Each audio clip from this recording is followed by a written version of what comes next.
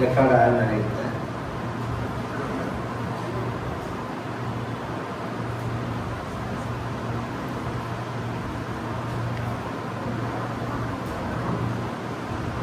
विघ्न विनायक मूर्ति की गोपिका जीवन स्मरण गोविंद गोविंद जानकी कांत स्मरण जय राम राम नमः पार्वती पतये हर हर महादेव सद्गुरुनाथ महाराज की जय आंजनेय मूर्ति की जय स्मृते सकल कल्याण भाजनम यत्र जायते पुरुषस्तमजं नित्यं प्रजामि शरणं हरिं यशिवो नाम रूपाभ्यां या देवी सर्वमंगला तयो संस्मरणात् पुंसां सर्वतो जयमंगलम् नारायणं नमस्कृत्य नरं चैव नरोत्तमं देवीं सरस्वतीं व्यासं ततो जयमुदीरयेत् योगीन्द्राय नमस्तस्मै शुभाय ब्रह्मरूपिणे संसारसर्पदष्टं यः विष्णुरातममूचत् कृष्णाय वासुदेवाय हरये परमात्मने प्रणतः क्लेशनाशाय गोविन्दाय नमो नमः पीताम्बरं करविराजित शङ्खचक्रकौमोदकी सरसिजं करुणासमुद्रं राधा सहायमतिसुन्दरमन्दहासं वातालयेशमनिशं हृदि भावयामि श्रुतिस्मृतिपुराणानाम् आलयं करुणालयं नमामि भगवत्पाद शङ्करं लोकशङ्करं भक्तवात्सल्यजलधेः परमानन्दरूपिणः अस्मदाचार्यराजस्य प्रपन्नोऽस्मि पदाम्बुजम् त्र्यम्बकपुराधीशं गणाधिपसमन्वितं गजारूढमहं वन्दे शास्तारं कुलदैवतं बुद्धिर्बलं यशोधैर्यं निर्भयत्वमरोगता अजाढ्यं वाक्पटुत्वं च हनुमत्स्मरणात् भवेत्। ओम श्री राधा रुक्मिणी सत्यभामा समेत श्री गोपाल कृष्णाय परब्रह्मणे नमः। ओम सद्गुरु चरणारविन्दाभ्यां नमः। वाग्देव्यै नमः। ओम हनुमते नमः। श्री हरये नमः।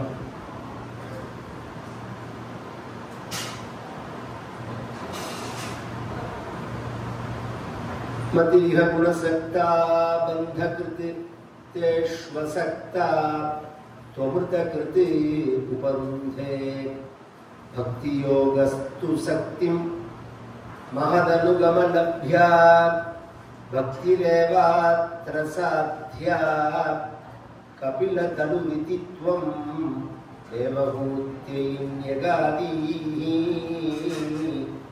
मम गुणगणलीला कर्णनैः कीर्तनाद्यैः मयि सुरसरियोगप्रख्य चित्तानुवृत्तिः भवति परमभक्तिः साहि मृत्योर्विजेत्री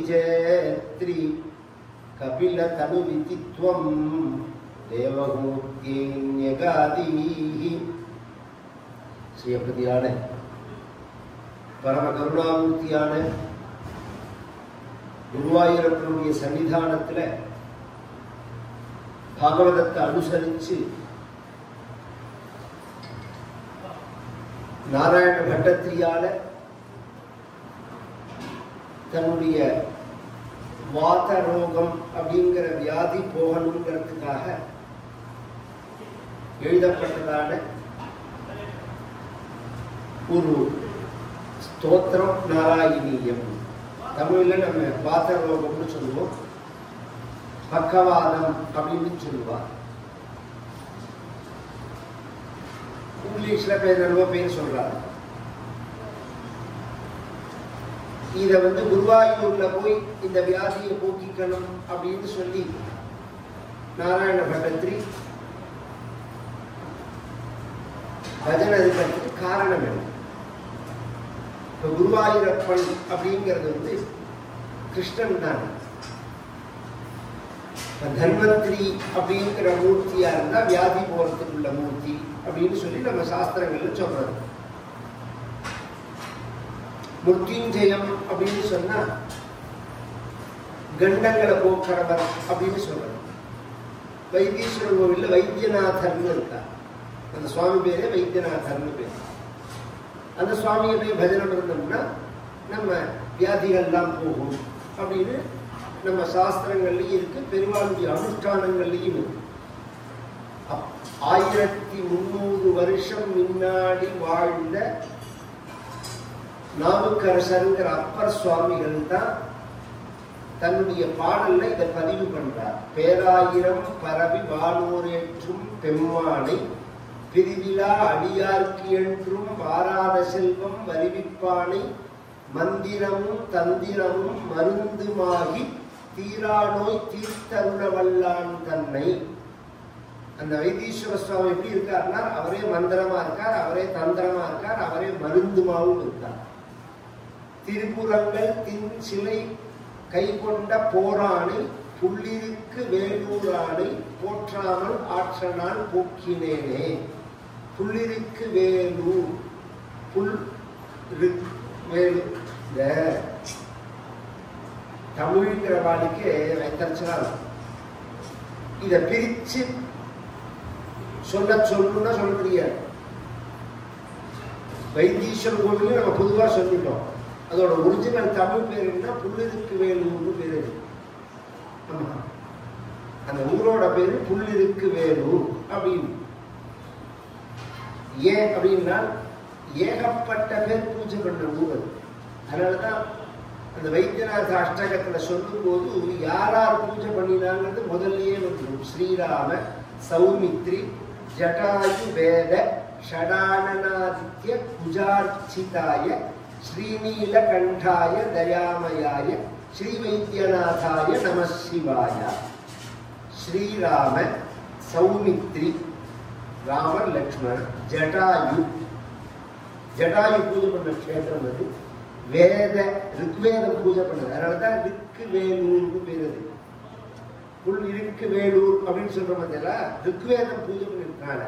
வேத ஷடானன, ஷடானனா முருகன். ஆதித்ய சூரியன் பூஜை பண்ண கஷேத்திரம் குஜ, குஜன்னா செவ்வாய். அதனாலதான் இன்னைக்கு அங்காரக கஷேத்திரம்னு அதை சொல்றோம். நம்ம வைத்தீஸ்வரன் கோவில்ல சொன்னா அங்காரக கஷேத்திரம், செவ்வாய்க்கு உள்ள கஷேத்திரம் சொல்றோம். இத்தனை பேர் பூஜை பண்ண கோவில். அது மாதிரி குருவாயூருக்கு என்ன விசேஷம்? வியாதி போக்குறதுன்னு அப்படி இருக்கான்னா பகவான் நாராயணன், கிருஷ்ணன், வாசுதேவன் அப்படின்னு சொன்னாலும் பிரதிஷ்ட பண்ணினது குருவும் வாயு. அந்த வாயு பகவான் அதுல சம்பந்தப்பட்டிருக்கிறதுனால அந்த ஊர்ல போய் பஜனை இருந்தா வாயு சம்பந்தப்பட்ட வியாதி போகும். அது மாதிரி தமிழ்நாட்டிலேயே ஒரு ஊர் இருக்கு, வாத ஊர்னு பேர், மதுரை பக்கத்துல இருக்கு. ரொம்ப பேருக்கு அது தெரியாது. ஒரு விஷயம் சொன்னா புரியும். அந்த ஊர்ல பிறந்தவர் தான் மணிவாசகர். அவருக்கு ஒரிஜினல் பெயர் வாத ஊரர்னு பெயர். மணிவாசகர்னு பின்னாடி பகவான் கொடுத்த பெயரே தவிர ஒரிஜினலா அவருக்கு பெயர் வாத ஊரர் அப்படின்னு பெயர். அவர் மதுரை பக்கத்துல இருக்கிறது. மதுரையில இருந்து 12 கிலோமீட்டர்ல இருக்கு வாத ஊர் அப்படின்னு பெயர். அந்த ஊர்ல உள்ள பஞ்சபூதங்கள் பூஜை பண்ண கஷேத்திரம்னு சொல்றோம். பஞ்சபூத ஸ்தலம் வேற. சிதம்பரமோ, திருவண்ணாமலையோ, திருவானைக்காவலோ இதெல்லாம் பஞ்சபூத ஸ்தலம். இதை தவிர பஞ்சபூதங்கள் பூஜை பண்ண கஷேத்திரம்னு இருக்கு. அதுல இந்த வாத ஊருங்கிறது ஒரு ஊர். அது மாதிரி குருவாயூர்ல குருவாயூரப்பனை வாயு பகவான் பூஜை பண்ணதுனால அந்த ஊர்ல நாம பகவான பஜனம் இருந்தோம்னா இந்த பெராலிட்டிக் அட்டாக் எல்லாம் சொல்றா பார்த்தீங்களா, அதெல்லாம் வரவே வராது. அந்த நாராயண சரஸ்ல ஒரு தடவை குளிச்சுட்டு நீங்க ரொம்ப எங்க பார்த்தாலும் யார்கிட்ட கொரோனாக்கு அப்புறம் கேட்டா ஒண்ணுமே இல்லைங்கிறான். ஆனா எல்லாம் இருக்கு. இது எதனாலன்னா அவளுக்கே புரிப்படலையா, இல்ல மருந்துகளோட சைடு எஃபெக்ட் ஒன்னா வெளியில வரதா, ஒண்ணுமே புரியல. நன்னா இருக்கிறவாளுக்கெல்லாம் திடீர்னு எந்த ஒரு சைடு வியாதியுமே இல்லாத வாழ்க்கெல்லாம் இது மாதிரி பெராலிட்டிக் அட்டாக்கோ ஸ்ட்ரோக்கோ அப்புறம் ஹார்ட் சம்பந்தப்பட்ட வியாதிகளோ, அவருடைய வாழ்க்கை முறை, ஸ்ட்ரெஸ், ஆகார பிரச்சனை இதெல்லாமும் இருக்கு. அது வேற விஷயம். அதை தாண்டி இப்ப நான் சொல்றதும் இருக்கு. அதனாலதான் நம்ம பெரியவாள் ஆச்சாரம்னு சொன்னார். அன்னைக்கு சொன்ன போது எல்லா உடம்புலையும் ஒரே ரத்தம் தானே ஓடுறது அப்படின்னா, எல்லாரும் ஒண்ணுதான். உயர்வு தாழ்வு நம்ம மதம் சொல்லவே இல்லை. அதை எல்லாருமே புரிஞ்சுக்கணும். வேற்றுமையை சொல்லிட்டு உயர்வு தாழ்வு பத்தி பேசல. நீ வேற்றுமையே இல்லைன்னா முட்டாள். மலை வாழைப்பழமும் ஒண்ணு இருக்கு, ரஸ்தாலி வாழைப்பழமும் இருக்கு. ரெண்டும் ஒண்ணுதான் எப்படி சொல்ல முடியும்? சைஸ்ல, கலர்ல, டேஸ்ட்ல இத்தனை வித்தியாசம் இருக்கு. இதுல மலை வாழைப்பழம் சக்தி, ரஸ்தாலி வாழைப்பழம் மட்டும்னு சொன்னாதான் தப்பு. அது மாதிரி பல வேற்றுமைகள் அந்தந்த பிரதேசங்களை அனுசரிச்சு நம்ம உடம்பே டியூன் ஆகிறது. அது மாதிரி சுபாவத்தினாலையும் செயலாலையும் குணம்ங்கிறது வருது நாம பண்ணக்கூடிய காரியங்களால். அப்ப அந்த சுபாவத்தை நாம் அடையும் போது அந்த தன்மை அப்படிங்கறத சாஸ்திரம் சொல்லலாம். அதை வச்சு ஜாதியை சொல்றோம்னு நம்ம ரொம்ப ஈஸியா தெரியாத வாழ்க்கை தான் இதெல்லாம் சொல்றோம். தெரிஞ்சே போய் சொல்ற வாழ்க்கை இல்லை. நம்ம சமூகத்துல பண்டைய நூல்கள்ல ஜாதியை பிரிக்கும் போது first grade, second grade, third கிரேடுன்னு பிரிச்சுதான் தொழிலை சொல்லி பிரிச்சுதான். தொழிலை சொல்லிதான் பிரிச்சோம். பறையர் அப்படின்னு சொன்னா மற்றம்னு அர்த்தம் கிடையாது, பறை சாற்றுபவர்னு அர்த்தம். பல்லர் அப்படின்னு சொன்னா பல்லு பாடுபவர்கள் அர்த்தம். வணிகர் அப்படின்னு சொன்னா வியாபாரம் பண்றவர்னு அர்த்தம். வேளாளர் அப்படின்னா விவசாயம் பண்றவர் அப்படின்னு அர்த்தம். வண்ணான் அப்படின்னு சொன்னா சலவை தொழிலாளின்னு அர்த்தம். எல்லாமே அந்த தொழிலை வச்சுதான ஜாதி பேரையே நம்ம சொல்றோம். இதுல ஏற்றுமை நீங்க ஏற்படுத்தினா அதுக்கு சாஸ்திரம் என்ன பண்ணும்?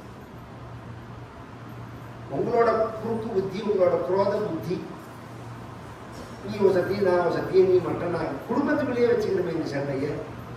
உங்க எல்லாரையும் விட நான் தான் ஒரு சத்தியா இருக்கேன்னு சொல்ற சகோதராளுக்குள்ள உள்ளவெல்லாம் இருக்கலாம் இல்லையா? அப்ப அது அவருடைய குணஷ்ட தானே. அது அப்பாவுக்கு 4 புள்ளியும் சமம் தானே.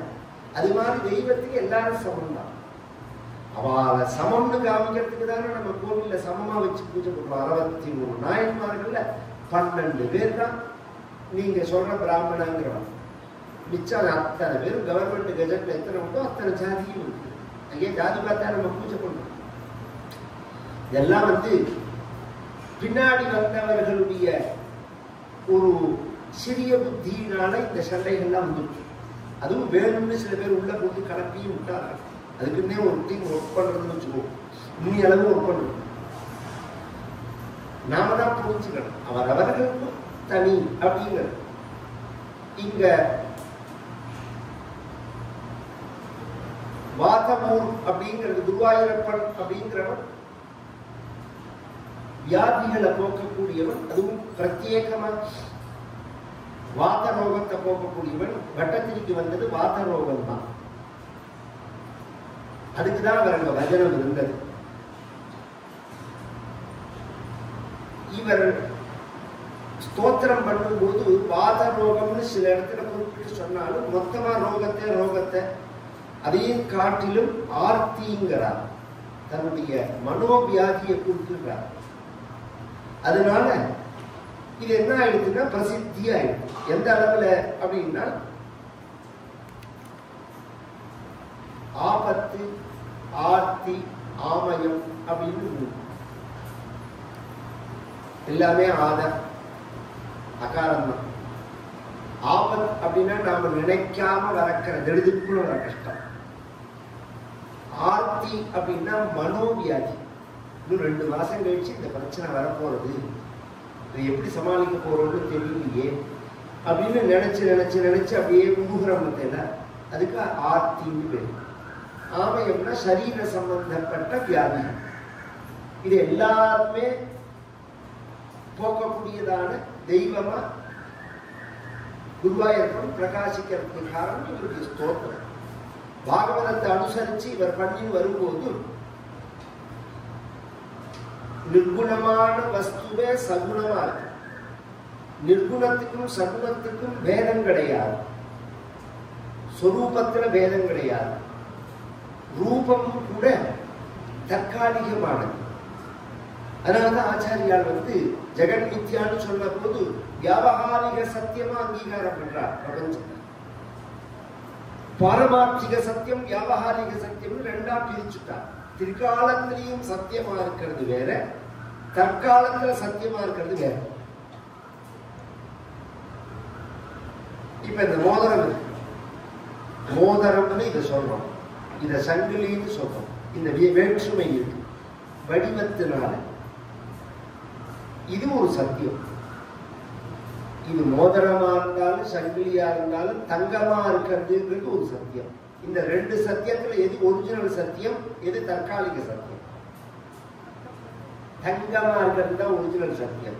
மோதிரம் தங்கமாகும், மோதிரம் சங்கிலியாகும், சங்கிலி மோதிரம் ஆயிடும். கவனிச்சு கேட்கணும். ஆனா தங்கம் தங்கமா தான் இருக்கு. அது மாதிரி பிரம்மம் பிரம்மமாவே இருக்கு.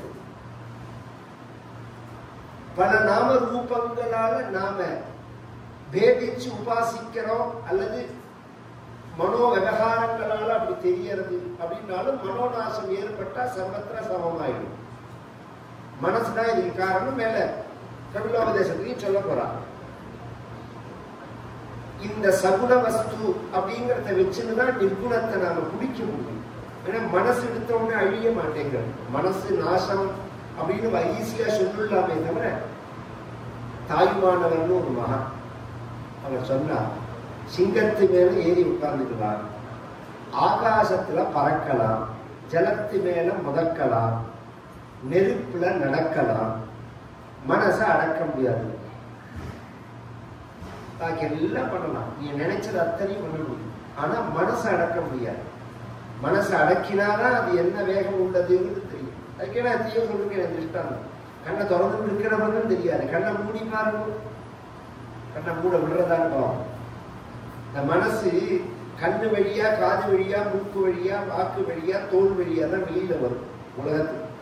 இத நீங்க கூர்மோங்காணீவ அப்படிங்கிறான் பகவான் பகவத்கீதையில சொல்லும் போது, ஆமை எப்படி பஞ்ச இந்திரியங்களையும் உள்ள எடுத்துக்கணும். தலை, 4 காலு இதை உள்ள இழுத்துக்கணும். அது மாதிரி ஞானிகளை பத்தி, ஸ்தித பிரஜர்களை பத்தி பேசும்போது வேணும்னா வெளியில விடுவா, வேண்டாம்னா உள்ள வச்சுவா. விவகாரம்னா வெளியில வரும், வேண்டாம்னா உள்ளவே லயமாயிடும். நமக்கு அப்படி கிடையாது. உள்ள போறதுன்னா என்னன்னு தெரியாது. உள்ள போற மாதிரி நாம நினைச்சிருக்கோம். எத்தனையோ சுவாமிஜிகள்லாம் கிளாஸ் எடுக்கிறார், எழுந்து உட்காருங்கிறார், கண்ணை மூடுங்கிறார், அப்படியே நெத்தியில பாருங்கிறார், 1/2 மணி நேரம் நல்லா தூங்குறார். தூங்கி ஏதுண்டு ஆனந்தத்தை அனுபவிச்சு இன்று குருநாதருடன் 1 மணி நேரம் ஆனந்த அலையில் மிதக்கலாம் வாருங்கள்ங்கிறான். இது என்ன அட்வைஸ் பண்ணி எனக்கு புரியும். எத்தனையோ சொன்னா மண்டை பிஞ்சு போறது இதை புரிஞ்சுக்கிறதுக்கு 1 மணி நேரத்துல, ஒரு நாள்ல 1 மணி நேரம் குருநாதரோட சேர்ந்து ஆனந்த அளவை மிதக்கலாம்னா எல்லாரும் சேர்ந்து போதை சாப்பிட்டாதான் மிதக்கலாம். அபியாசத்தினால முடிஞ்சிட முடியுமா? கிரேடு வித்தியாசம் இருக்கு. அவாவாருக்கு அழுக்கு கண்ணாடியும் பளிச்சிருக்கிற கண்ணாடியும் இருக்கு, லேசா அழுக்குள்ள கண்ணாடியும் இருக்கு, பலமா அழுக்குள்ள கண்ணாடியும் இருக்கு. அதை பொறுத்து அதை கிளீன் பண்ற விதமே தவிர எல்லாம் ஒன்றும் சொல்ல முடியுமா? அது மாதிரி சித்தத்துல என்ன விகாரம், என்ன அழுக்கு, எத்தனை ஜென்மா கர்ம வாசனை இருக்குன்னு யாருக்கு தெரியும்? அதை எதால போக்கிக்கிறதுங்கிறது வழிய வேணா தேடலாமே தவிர ஒரு செகண்ட்லாம் சித்த சுத்தி அடையிறதுங்கிறது சாதாரண விஷயம் இல்லை. அடைய முடியாதுன்னு அர்த்தம் இல்லை. ஒரு செகண்ட்ல பகூன்மே பகவான் பகவத்கீதையில சொல்லும் போது அநேக ஜென்ம சம்சித்தா ததோ யாதி பராங்கதி. அநேக ஜென்ம அபியாசத்தினால சிந்திக்கக்கூடிய விஷயம் இது. இது பக்தியினால சுலபமாகும். இதுதான் முக்கிய விஷயம். இந்த நாராயணியன் சொல்ல வர்ற அதுதான், பாகவதன் சொல்ல வர்ற அதுதான். அதான் நாராயண பட்டத்திரி சொல்றார். இந்த ரூபத்தை தரிசனம் பண்ணி உன்னோட நாமாவை சொல்லி உன்னோட பக்தியில முழுகி உன்னோட சரித்திரங்களை கேட்டு சரித்திரங்களை சொல்லி வாழ்க்கையை யார் நடத்துகிறார்களோ, யாருடைய வாழ்க்கை அது மாதிரி போறதோ அவர்களை தான் நான் பாக்கியசாலின்னு நினைக்கிறேன்.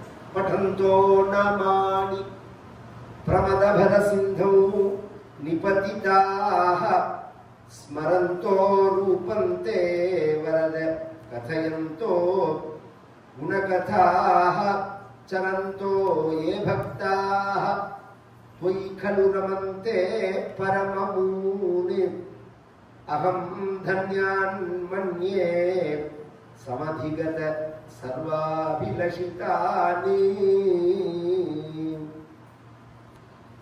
पठन्तो नामानि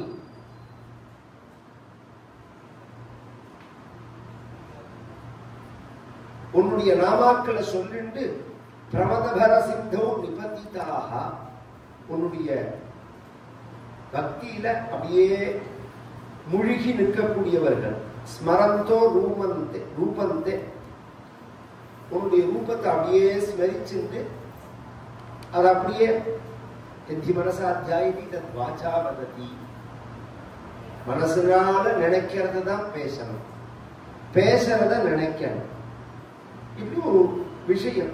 அது மாதிரி இருந்துட்டு வரத கதையந்தோ குணகதா சரந்தோ ஏ பக்தா. இது மாதிரி யார் சஞ்சாரம் பண்ணுகிறார்களோ அவர்களை தான் நான் அகம் தன்யான் மன்னியே, அவர்களை பெரிய பாக்கியசாலி அப்படின்னு நான் நினைக்கிறேன் அப்படின்னா. சமதிகத சர்வாபிலஷிதா. பொதுவா லோக ரீதியா நம்ம யார பாக்கியசாலின்னு சொல்றோம்? அவளுக்கு எது கிடைக்கலையோ, பொறுத்தியாருக்கு எது கிடைச்சதோ அதை வச்சுன்னா அவளை பாக்கியசாலிங்க. நமக்கு கிடைக்காதது இன்னொருத்தருக்கு கிடைச்சதுன்னு வச்சுக்கோங்க. நமக்கு சொத்து கிடைக்கல, பணம் கிடைக்கல, அவனுக்கு பணம் கிடைச்சது, அதனால அவனை பாக்கியசாலிங்கிறோம். நமக்கு நிம்மதி இருக்கு, அவனுக்கு நிம்மதி இல்லை, அவன் சொல்றான் நம்மளை பார்த்து பாக்கியசாலிங்கிறான். கரைக்கு இக்கிற பச்சை அப்படின்னு சொல்லுவாரு. எல்லாம் அந்த நிலைக்கு போனாதான் புரியும். இந்த உடனே சொன்னா புரியவே புரியாது.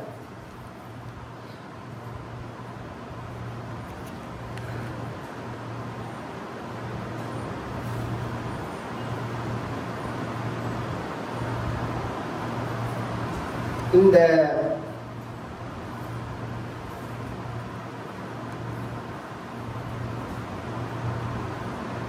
பாக்கியம் அப்படிங்கிறது சாஸ்திரத்துல என்ன சொல்றது? பாக்கியம் அப்படிங்கிறது என்ன அப்படின்னு சொன்னா, இது பர்யந்தம் கீழே போன ஜென்மாக்கள்ல அடையாததை இந்த ஜென்மாவில் அடையறவே அதுதான் பாக்கியம். ஏற்கனவே அதை அடைஞ்சிருக்க கூடாது. நாய் நதி பண்ணி எத்தனையோ ஜென்மா எடுத்துக்க முடியல, அதுல அதை அடைஞ்சிருக்க கூடாது. புதுசா இந்த ஜென்மாவில் அதை ஆடாகணும் நமக்கு. அதுதான் பாக்கியம் அப்படின்னு பேரு. உண்மையா பாக்கியம் அப்படிங்கிறது ஒவ்வொருத்தருடைய அபிப்பிராயம் ஒரு மாதிரி.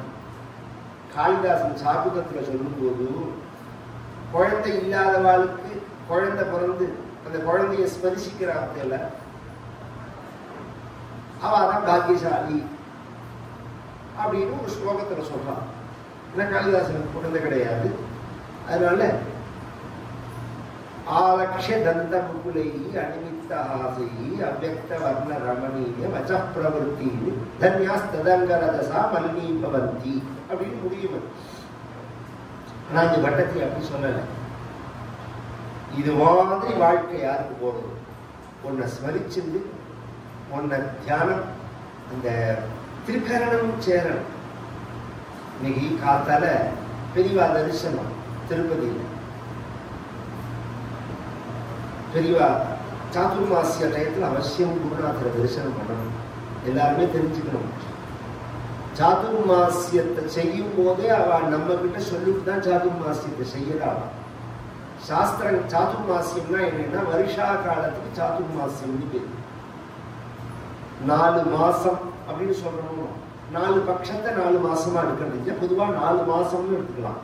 ஆடி, ஆவணி, புரட்டாசி, ஐப்பசி அப்படிங்கிற 4 மாசமாவும் எடுத்துக்கலாம். இது அமாவாசைக்கு அப்புறம் வரும். 2 வகையா இருக்கு கணக்கு.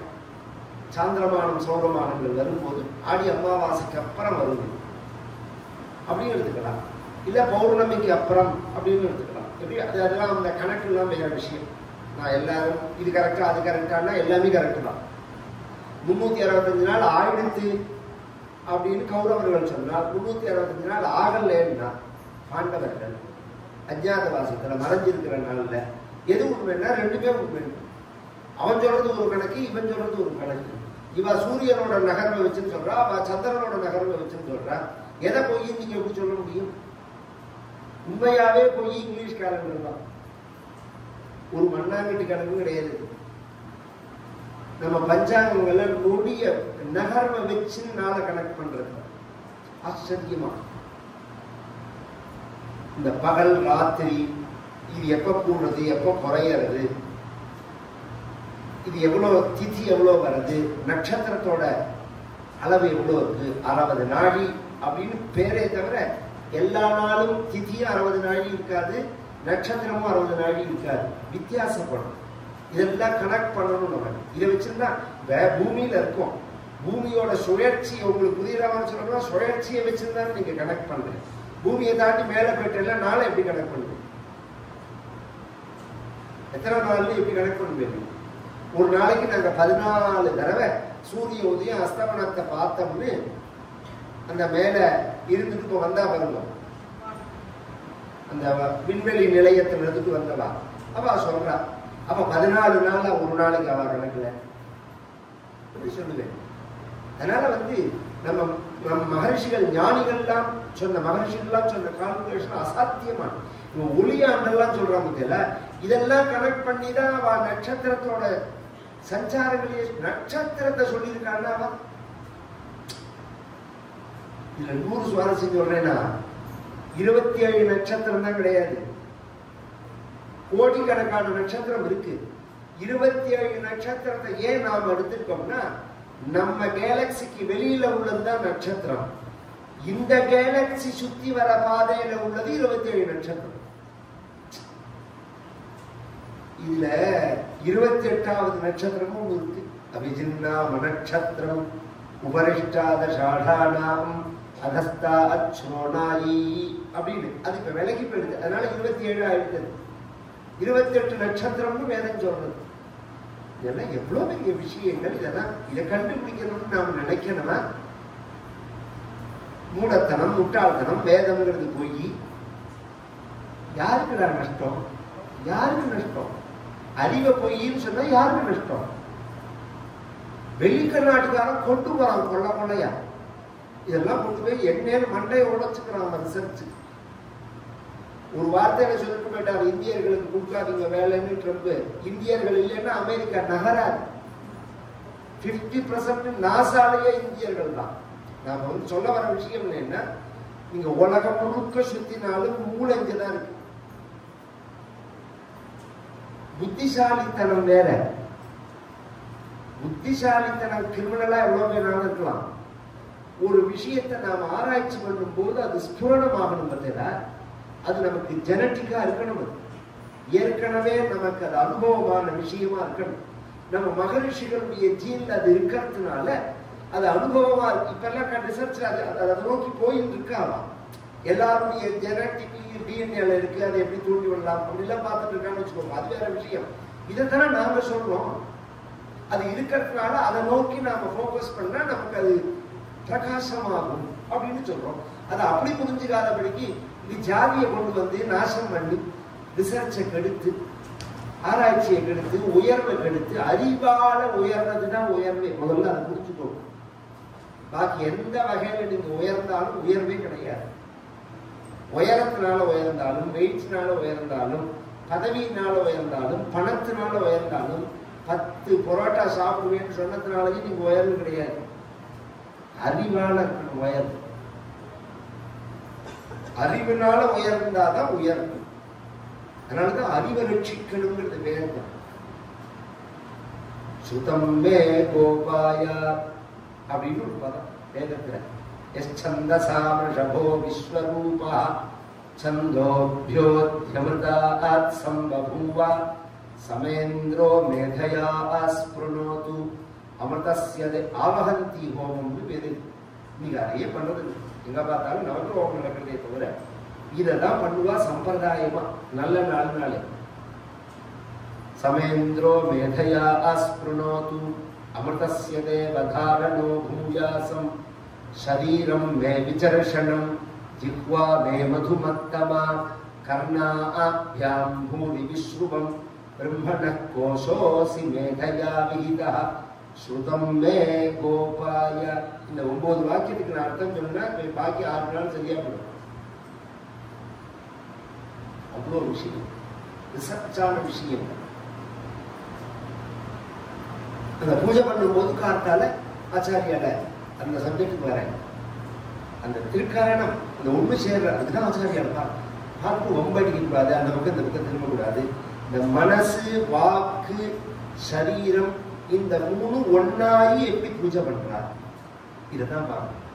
இந்த 3 ஒன்னாயி எப்படி பூஜை பண்றார் அப்படிங்கிறது.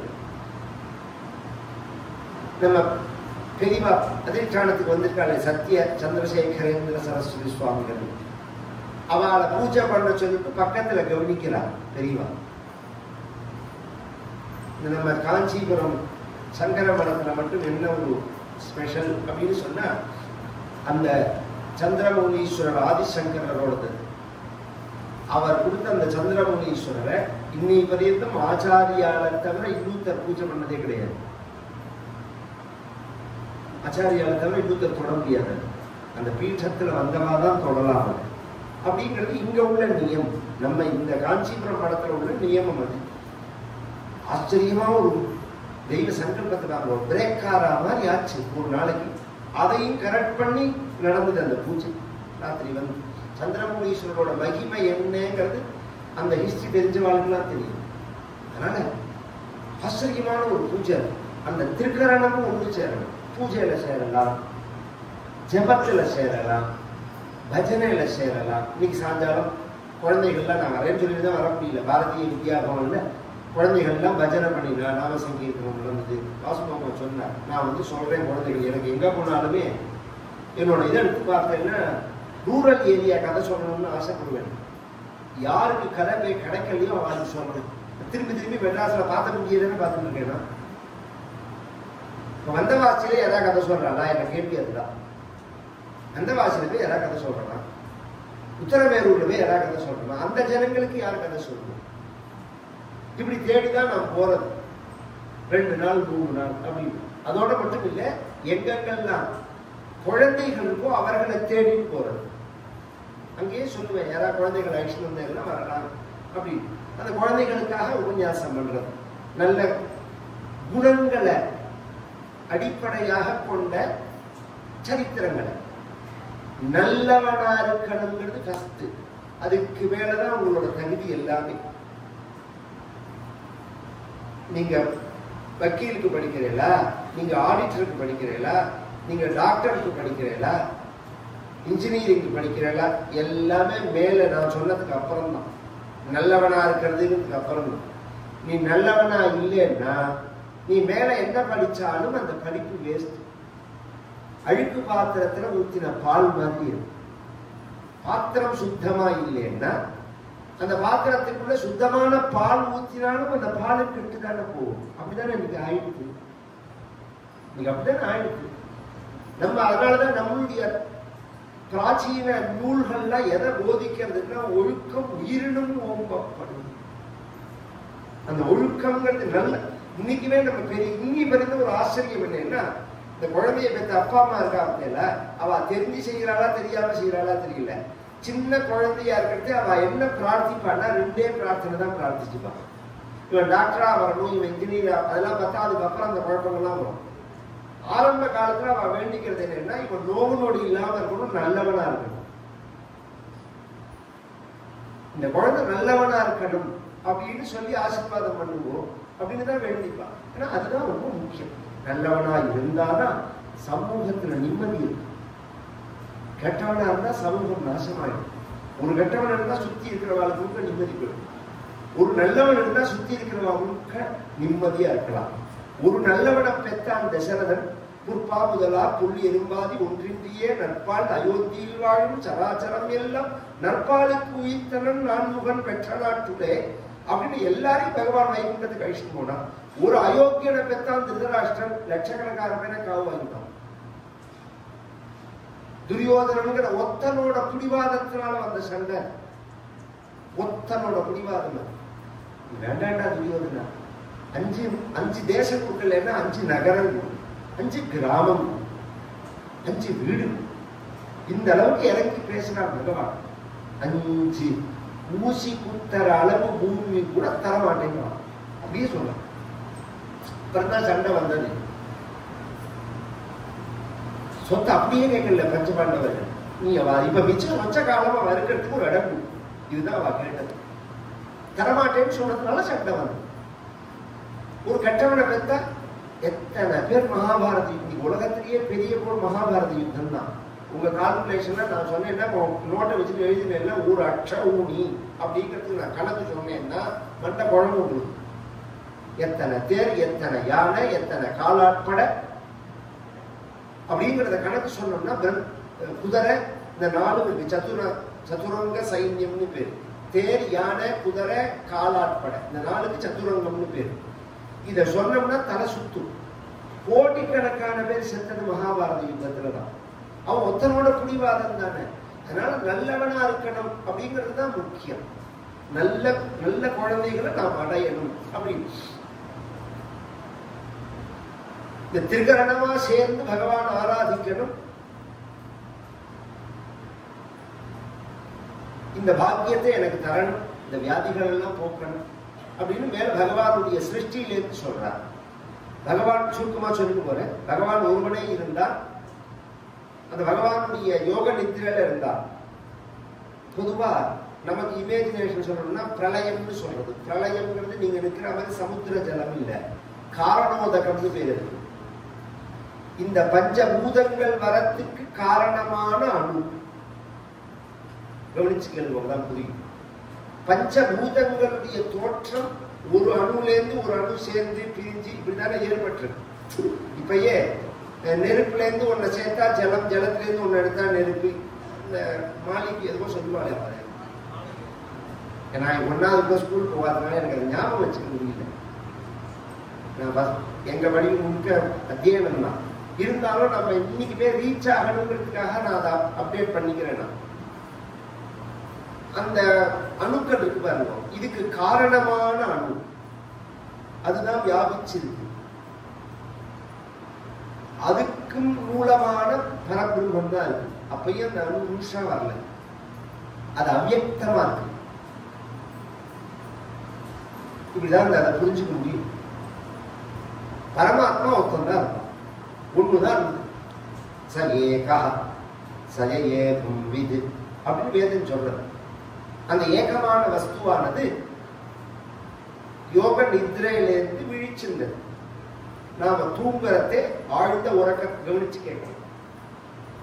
ஆழ்ந்த நம்ம கிட்ட என்ன இருக்கு? நினைவுகள் இருக்கு, சக்தி இருக்கு.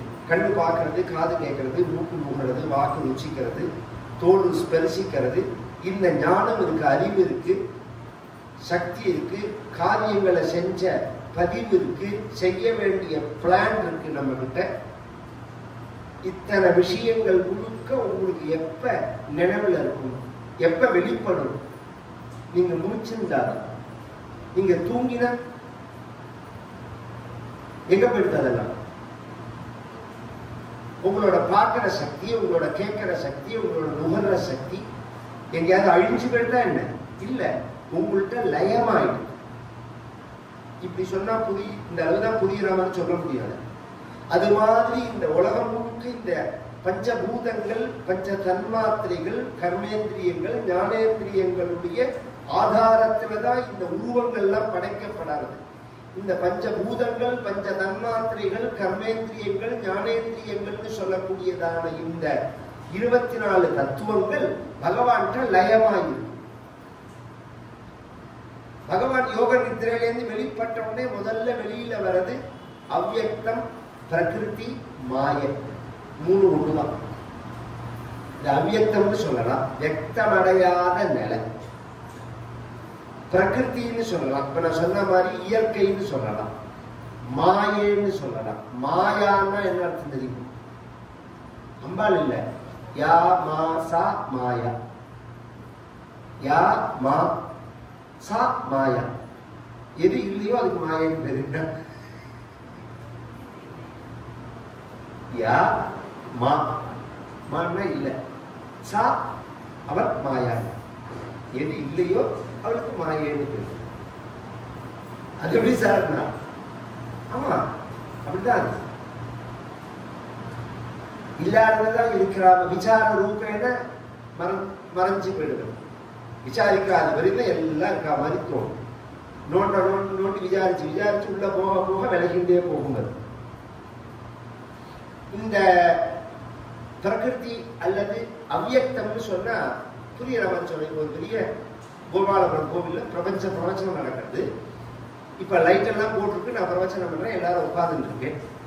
கதையெல்லாம் முடிஞ்ச உடனே எல்லாம் சேரெல்லாம் எடுத்து வச்சுருவா. இல்ல இப்பயே ஒரு நிமிஷம் கரண்ட் எல்லாம் லைட் எல்லாம் அணைச்சிட்டு எல்லாம் கும்பி இருட்டா இருக்குன்னா ஒண்ணுமே கண்ணுக்கு தெரியலேங்கிறதுக்காக ஒண்ணுமே இல்லைன்னு ஆயிடுவேன். ஐஸ்டீனோட விஷயமே அதான ரிசர்ச். கண்ணுக்கு தெரியாததை காட்டிலும் கண்ணுக்கு தெரியறதை காட்டிலும் கண்ணுக்கு தெரியாததுதான் ஜாஸ்தின்னு. எனர்ஜியோட பர்சன்டேஜ் அளவு கூடயா, மேட்ரோட பர்சன்டேஜ் அளவு கூடயா இந்த பிரபஞ்சத்துல? எனர்ஜியோட 90% எனர்ஜியா தான் இருக்கு. ஒரு ஆச்சரியம். ரீதியில அவ சொல்லிட்டு போறா, நீங்க படிச்சு தொலைச்சதுனால நானும் அந்த ரீதியில தான் சொல்ல வேண்டியிருக்கிறேன். என்ன பிரச்சனைன்னு கேளுங்க. எனர்ஜி மேட்ராகும், மேட்ரு எனர்ஜி ஆகும். இந்த சுழற்சி நடந்துட்டே இருக்கு. இதைத்தான நாங்களும் சொல்றோம். சிருஷ்டி ஸ்திதி சம்ஹாரம், சிருஷ்டி ஸ்திதி சம்ஹாரம். கோபங்கள் எல்லாமே அப்படித்தானே. ஒரு பதார்த்தத்தை கொண்டு போட்டதுனால அதை அழிஞ்சு போயிடல, அந்த ரூபம் தான் மறையாது. ஒரு உணவை சாப்பிட்டோம்னா அந்த உணவை அழிஞ்சு போயிட்டு நினைச்சுக்கிட்டேன். அந்த சக்தியை கிரகிச்சுட்டு சக்கையை தள்ளிடுறது வெளியில. அந்த சக்தியை கிரகிச்சுக்கிறோம் பதில. அது மாதிரி ஹோமங்கள்லாம் பண்ணும்போது அந்த பதார்த்தத்தோட எனர்ஜி அப்படியே இருக்கு. எந்த எனர்ஜி எந்த தேவதையை உத்தேசிச்சு நாம பண்றோமோ அந்த தேவதைக்கு டிரான்ஸ்பர் ஆயிடுது மந்திரத்தினால. சக்கை மட்டும்தான். அதனாலதான் அது வேஸ்ட்னு நாங்க சொல்றது இல்லை. நீ நெருப்புல போறது வேஸ்ட்னு சொன்னீங்கன்னா நீ திங்கிறதும் வேஸ்ட் தான். வேலைக்கு தின்னு நாசம் பண்றீங்க. தின்னு என்ன கண்ட சொல்லுங்க, கொஞ்சம் ஒரு நிமிஷம் யோசனை பண்ணி சொல்லுங்க. தின்னு என்ன பண்ணிடுங்க? 4 பேர் திங்கிற சொத்தை ஒரே ஆள் திங்கலாம். என்ன பண்ண? எங்க போறது? அதெல்லாம் அதுக்கு பதில் சொல்லணும் போனோம். இது பெரிய விஷயம் இது. அதனால சாஸ்திரங்கள்லாம் சொல்லும் போது பெரிய நிலைக்கு நம்மளை உயர்த்தணும்னு தான் அது பேசுறது. நாம என்ன பண்றோம்னா அது புரியலன்னு சொல்லிட்டு விலகாதபடிக்கு, புரிஞ்சுக்கணும்னு நினைக்காதபடிக்கு அதை கொச்சப்படுத்தணும். நம்ம நிலைக்கு அதை இறக்கி இதுதான் அர்த்தம்னு சொல்லி அதை அசிங்கப்படுத்தி நமக்குதான் நஷ்டம். புரிஞ்சுக்கலன்னா இந்த கிராமத்துல ஒரு வச்சனம், குளத்து மேல போச்சு குளிக்காம போனா குளத்துக்கான நஷ்டம். குளத்து மேல கோச்சுந்து குளிக்காம போனா அர்த்தம் யாருக்கு நஷ்டம்? குளத்துக்கான நஷ்டம். அது மாதிரி நீ புரிஞ்சுக்க மாட்டேன்னா நஷ்டம் உனக்கு தான். அறிவு வளரலைன்னா கீழே போக வேண்டியதான், நாய் நெறி கண்ணியா போக வேண்டியதான். இந்த அறிவை வளர்த்துக்கணும். இப்ப கண்ணுக்கு தெரியல அப்படின்ற உடனே இல்லைன்னு அர்த்தம் இல்லை. லைட் போட்ட உடனே வந்துடணும். அது மாதிரி இந்த பிரபஞ்சம் ஒரு சமயம் கண்ணுக்கு தெரியற நிலையில இருக்கு, ஒரு சமயம் கண்ணுக்கு தெரியாத நிலையில இருக்கு. தெரியாத நிலையை அவ்யக்தம்னு சொல்றது, தெரியற நிலைய சிருஷ்டின்னு சொல்றது. அதைத்தான் இன்னைக்கு ரிசர்ச்ல நோண்டிட்டு இருக்கா, பிளாக் ஹோல்னு சொல்லி. ஒரு வகையில பிளாக் ஹோல்னு ஒன்று கண்டுபிடிச்சு இதுல இருந்து தான் வந்திருக்கிறதுக்கு சோர்ஸ் இருக்கணும் அப்படின்னு நினைக்கிறாங்க இல்லவா? அதுக்கு நம்ம சாஸ்திரம் ஈஸியா சொல்லிட்டு போயிட்டது. தமசோமா ஜோதிர்கமயா, மிருத்யோமா அமிர்தங்கமயா அப்படின்னு ஒரே வார்த்தையில முடிச்சுட்டு போயிட்டாரு. தமசு இருட்டுல இருந்து வெளிச்சத்துக்கு போகணும், இருட்டுல இருந்து வெளிச்சத்துக்கு வா அப்படிங்கிறது. அந்த பகவான் யோக நித்திரையில இருந்து எழுந்துன்ற உடனே அவர்கிட்ட இருந்து பிரகிருதி வர்றது, அதுக்கப்புறம் மகத்து வர்றது. மகத்துன்னா புத்தி, பிரம்மா தொப்பில்ல வராது. அதுக்கப்புறம் அகங்காரம், நான்கிற எண்ணம், அதுக்கப்புறம் மனசு. பஞ்சபூதங்கள் ஆகாசம், காற்று, நெருப்பு, நீர், நிலம். இதுக்கு காரணமான பஞ்ச தன்மாத்திரைகள் சப்தஸ்பர்ஷ ரூப ரசங்கள் சொல்லிட்டே போற. காதுல விழுந்த மாதிரி இருக்கும், விழாத மாதிரி இருக்கும், புரிஞ்ச மாதிரி இருக்கும், புரியாத மாதிரி இருக்கும். வேதாந்த படம் அப்படிதான் இருக்கும். கேட்க கேட்கதான் புரியும். சப்தஸ்பர்ஷ ரூப ரச கந்தம்னு பேரு. ஆனா இதெல்லாம் கேட்கணும். ஏன்னா இதெல்லாம் வெளியில கேட்க முடியாதான சப்தங்கள். வெளியில போனா 1000 பழக்கத்தில் உள்ள வார்த்தைகளை கேட்கலாம், இந்த சப்தங்களை கேட்க முடியாது. பஞ்சபூதங்கள் தெரியும். பஞ்ச தன்மாத்திரைகள்னா என்ன? ஸ்தூலம் சூக்ஷ்மம்னு சாஸ்திரம் பிரிக்கிறது ஒரு பொருளை. கண்ணுக்கு தெரியறதுக்கு ஸ்தூலம்னு பேரு, கண்ணுக்கு தெரியாத நிலையில அது இருக்கிறதுக்கு சூக்ஷ்மம்னு பேரு. ஆகாசம் ஸ்தூல பூதம், அதுக்கு சூக்ஷ்மம் சப்தம். இப்போ ஒரு ஸ்பேஸ், ஒரு பானை, ஒரு டம்ளர். இந்த டம்ளருக்குள்ள ஒரு ஸ்பேஸ். இந்த ஸ்பேஸை நாம எப்படி உணர்றோம் அப்படின்னா, காதுல வச்சுக்கோங்க, சப்தம். அந்த காலத்துல மண்பானையில சமைக்கும் போது மண்பானையை வாங்கறதுக்கு 2 வகையான பரீட்சை. ஒண்ணு ஜலத்தை ஊத்தி பார்க்கலாம், ஊதி பார்த்தா தெரியும் லீக் ஆறதா இல்லையா. அதை விட ஈஸியான விஷயம் என்னன்னா, காதுல வச்சுன்னு சத்தம் வந்ததுன்னா புரியும். எங்கேயாவது ஒரு இடத்துல லீக் இருக்குன்னா சத்தம் வராது, ஒரு இடத்துல ஓட்டம் இருந்தா சத்தம் வராது. ஓட்டம் இருக்கா இல்லையான்னு அதை வச்சு பார்த்தாலே புரிஞ்சு போயிடும். அவ்வளோ அறிவா சார்ந்த சமூகம் நம்மளோட. அதுக்காக சொல்லுவாங்க, ஆகாசத்தினுடைய அடையாளம் தன்மாத்திர சப்தங்கள், காற்றினோட ஸ்பரிசங்கள். ஸ்பரிசத்தினால தானே. நெருப்போடது ரூபங்கள், பார்க்கிற நிலைக்கு அப்பதான் வராது. ஜலத்தோடது ரசங்கள், டேஸ்ட். பூமியோடது கந்தம், வாசனை. இந்த 5 தன்மாத்திரைகள், 5 பூதங்கள். இதை நாம கிரகிச்சுக்கிறதுக்கு நம்ம கிட்ட 5 கருவிகள். கண்ணு, காது, மூக்கு, நாக்கு, தோல். காதால சப்தத்தை எடுத்துக்கிறோம், கண்ணால ரூபத்தை எடுத்துக்கிறோம், மூக்கால கந்தத்தை எடுத்துக்கிறோம், நாக்கால ரசத்தை எடுத்துக்கிறோம், தோலால ஸ்பரிசத்தை எடுத்துக்கிறோம்.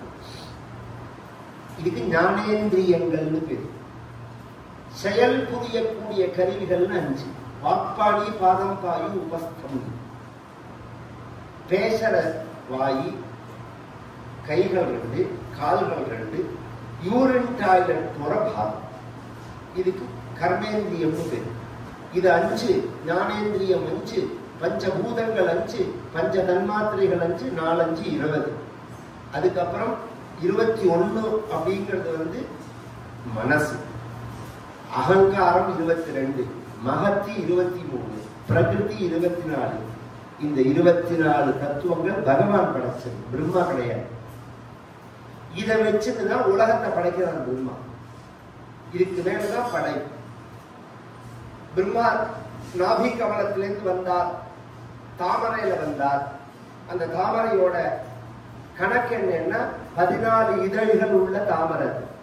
தாமரைன்னு ஒண்ணு பொத்தாம்பதுவா தாமரைன்னு சொல்லலங்க, 14 இதழ்கள் அதற்கு. ஏன்னா 14 உலகங்கள், 14 உலகங்கள். நாம் இருக்கிற இந்த பூமிக்கு மேல 7, பூமிக்கு கீழே 7. கீழே அதல, விதல, சுதல, ரசாதல, தலாதல, மகாதல, பாதாளம் அப்படிங்கிறது கீழே. பூலோகம், புவர்லோகம், சுவர்லோகம், மகோலோகம், ஜனோலோகம், தபோலோகம், சத்தியலோகம்ங்கிறது 7. 7 14. இந்த 14க்கு மேல பிரம்மா உட்கார்ந்துருக்கார். பிரம்மா எப்படி உட்கார்ந்துருக்கார்? 4 தலையோட உட்கார்ந்துருக்கார். 4 தலை அவருக்கு எப்படி வந்தது? தேனே பிரம்ம ஹிருதாய ஆதிகவையே. மொத்த தலையோடு தான் அவர் வந்தார்.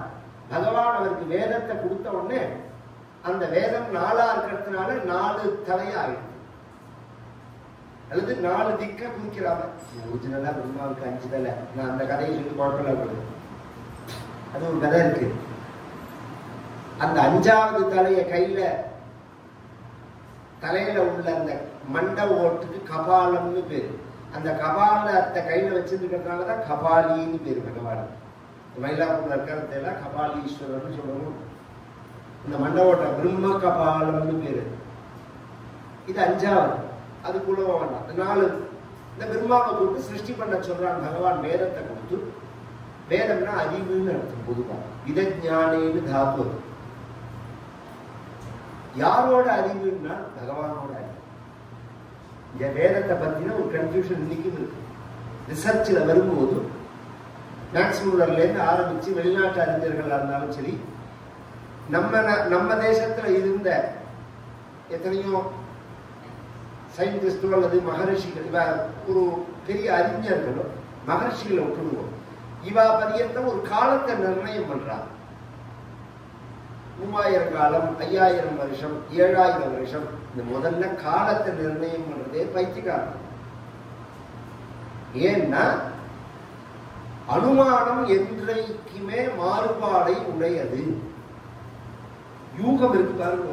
நீங்க உன்னை கண்டுபிடிக்கிறேன், உன்னை வச்சுன்னு இதை நிரூபிக்கிறேன். நீங்க எது பரியந்தம் அது உண்மையா இருக்கும்னா இன்னொருத்தர் உங்களுக்கு மேல கண்டுபிடிக்காத பரியந்தம் உண்மையா இருக்கும். இன்னொருத்தர் உங்களுக்கு மேல அதை கண்டுபிடிச்சுட்டாங்கன்னா உங்களோடது பொய்யா போயிடும். அப்ப எதை நம்பணும்னா இந்த கண்டுபிடிப்புகளை உண்மையான முழுசா எடுத்துக்க கூடாது. தஸ்மாத் சாஸ்திரம் பிரமாணம்தே. சாஸ்திரம்னா பிரமாணம். சாஸ்திரம்னா என்ன சார்? எல்லாரும் சொல்றோம் அந்த வார்த்தைய. அப்படின்னா என்ன? எதை குறிக்கும் அதுன்னா 4 தான் குறிக்கும் அது.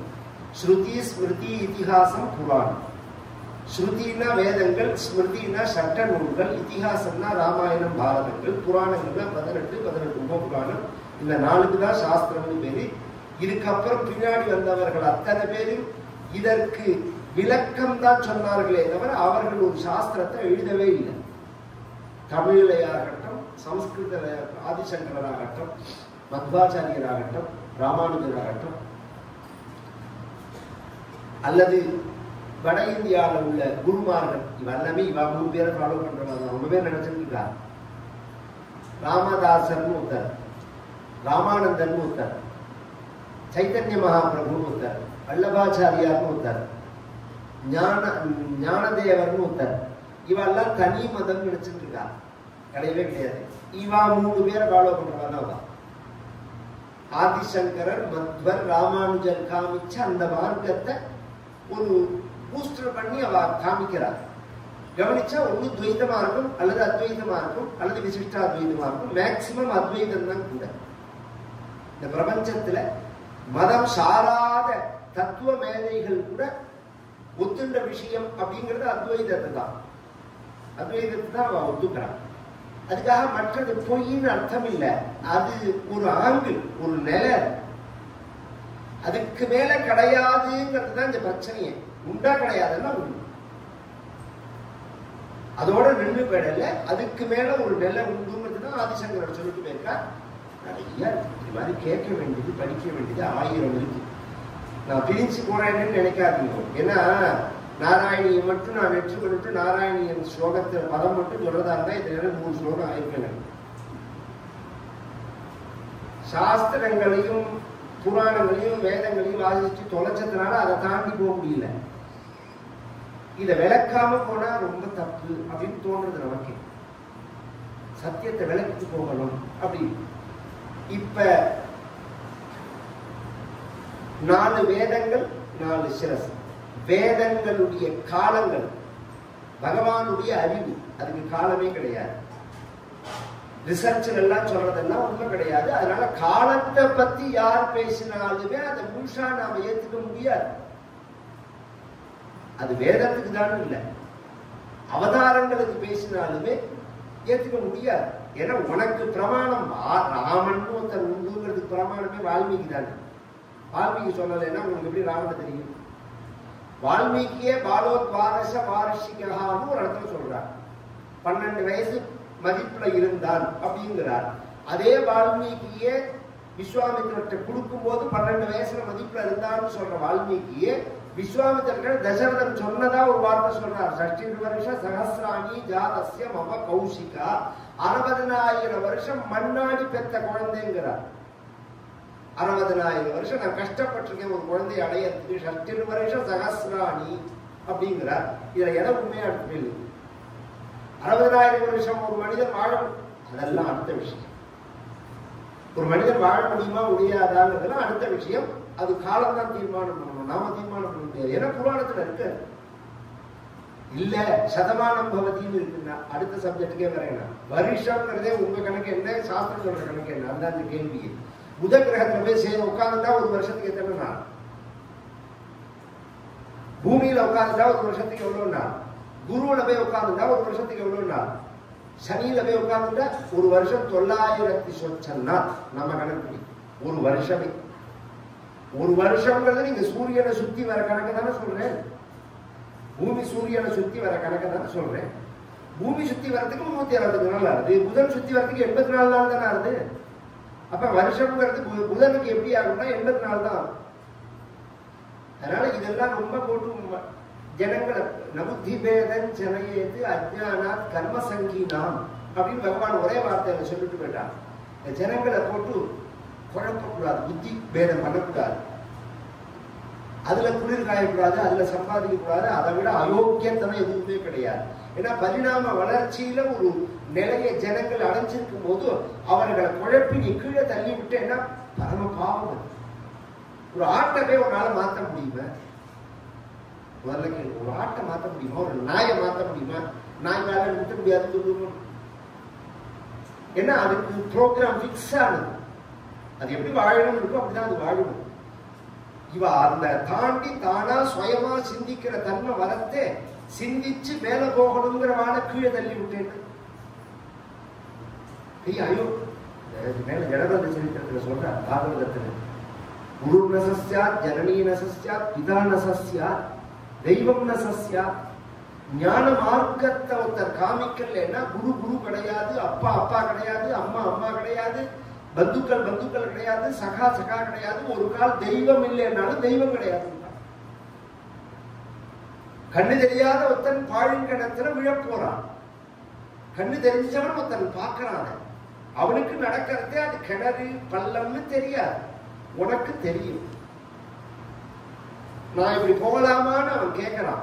மேல பள்ளம் இருக்கு போகாதேன்னு சொன்னா நீ யோக்கியனா, போன்னு சொன்னா யோக்கியனா. அந்த பக்கம் பள்ளம் இருக்கு போகாதேன்னு சொல்லி கையை பிடிச்சி ஐஷும் வருதுதானே யோக்கியத்துக்கு அடையாளம். அது மாதிரி பரிணாம வளர்ச்சியில ஒரு நிலையை அடைஞ்ச நம்மளை கொண்டு போய் உயர்த்தணும்னு நினைக்கிற குருமார்களுக்கு மத்தியில கையை பிடிச்சு நீ பள்ளத்துல விழுற மாதிரி கீழே கொண்டு போனேன்னா எவ்வளவு பெரிய அயோக்கியத்தனம். எனக்கு நம்பிக்கை இல்லை, அது உன்னோட நிறுத்தி. உனக்கு பாவம் தொலைல, அதனால நம்பிக்கை இல்லை. நம்பிக்கை இன்மைங்கிறதே பாவம் தான். முதல்ல அது தெரிஞ்சுக்கணும்.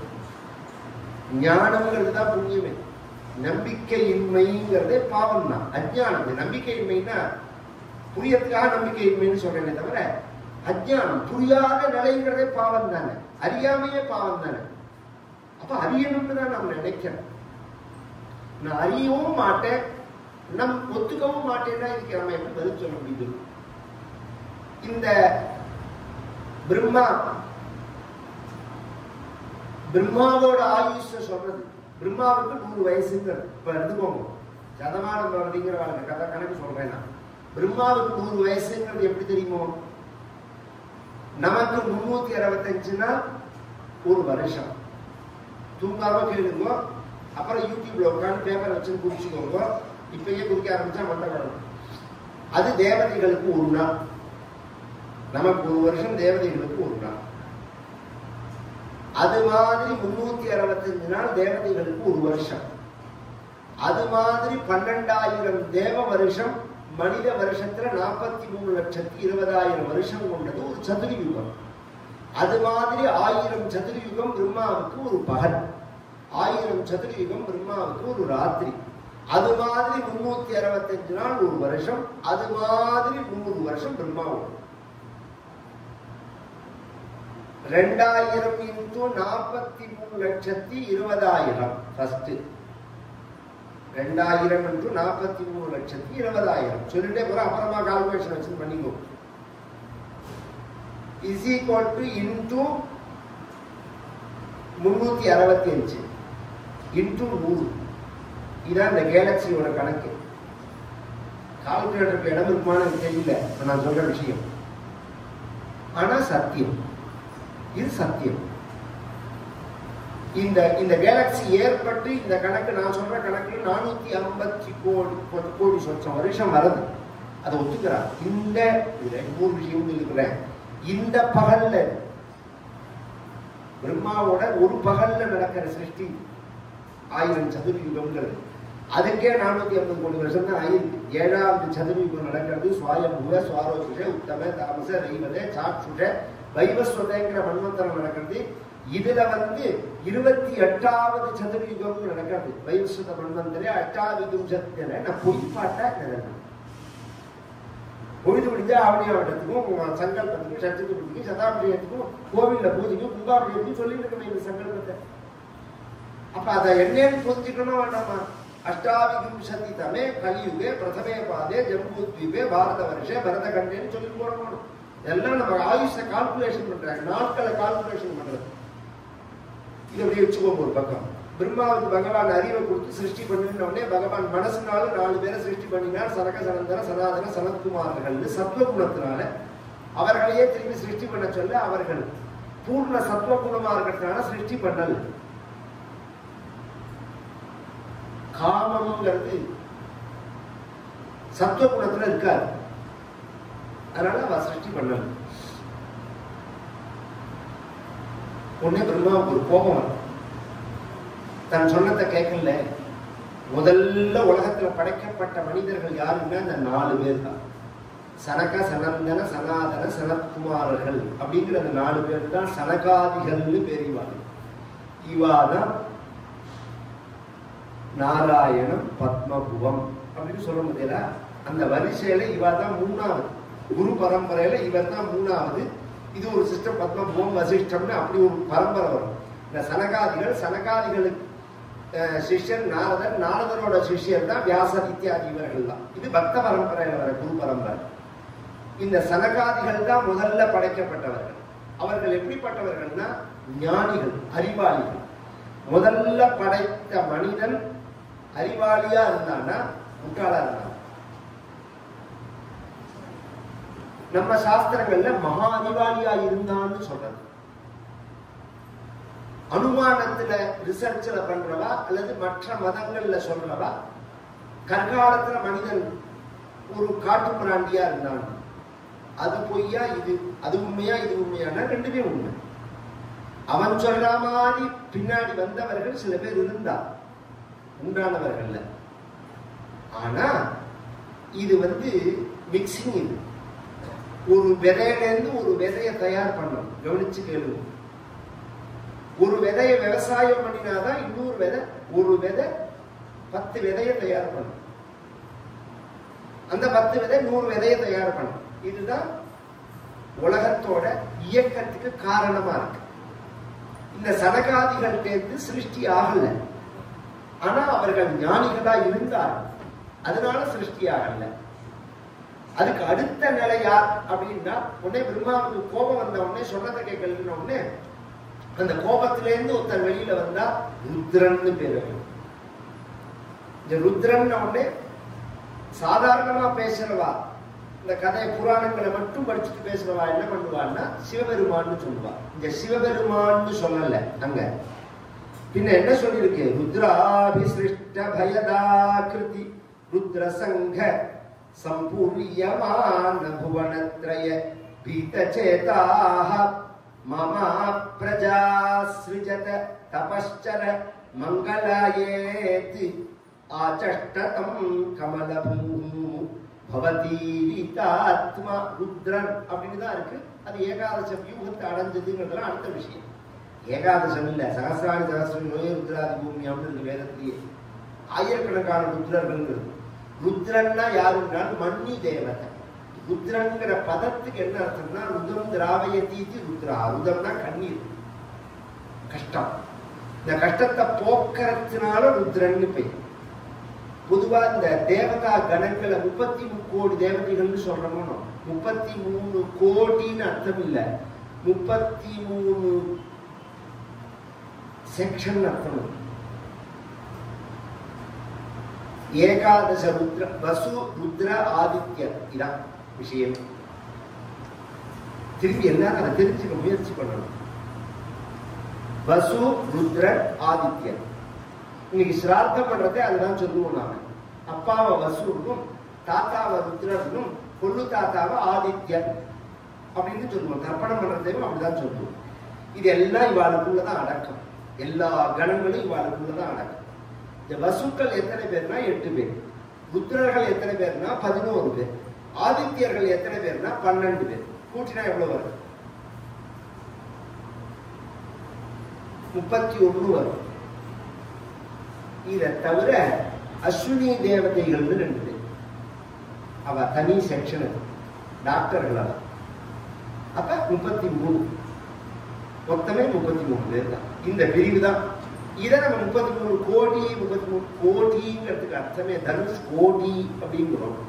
தனுஷ் கோடி அப்படின்னா தனுஷோட எண்டுன்னு அர்த்தமா அல்லது கோடி தனுஷ் வில்லு இருந்து அர்த்தமா?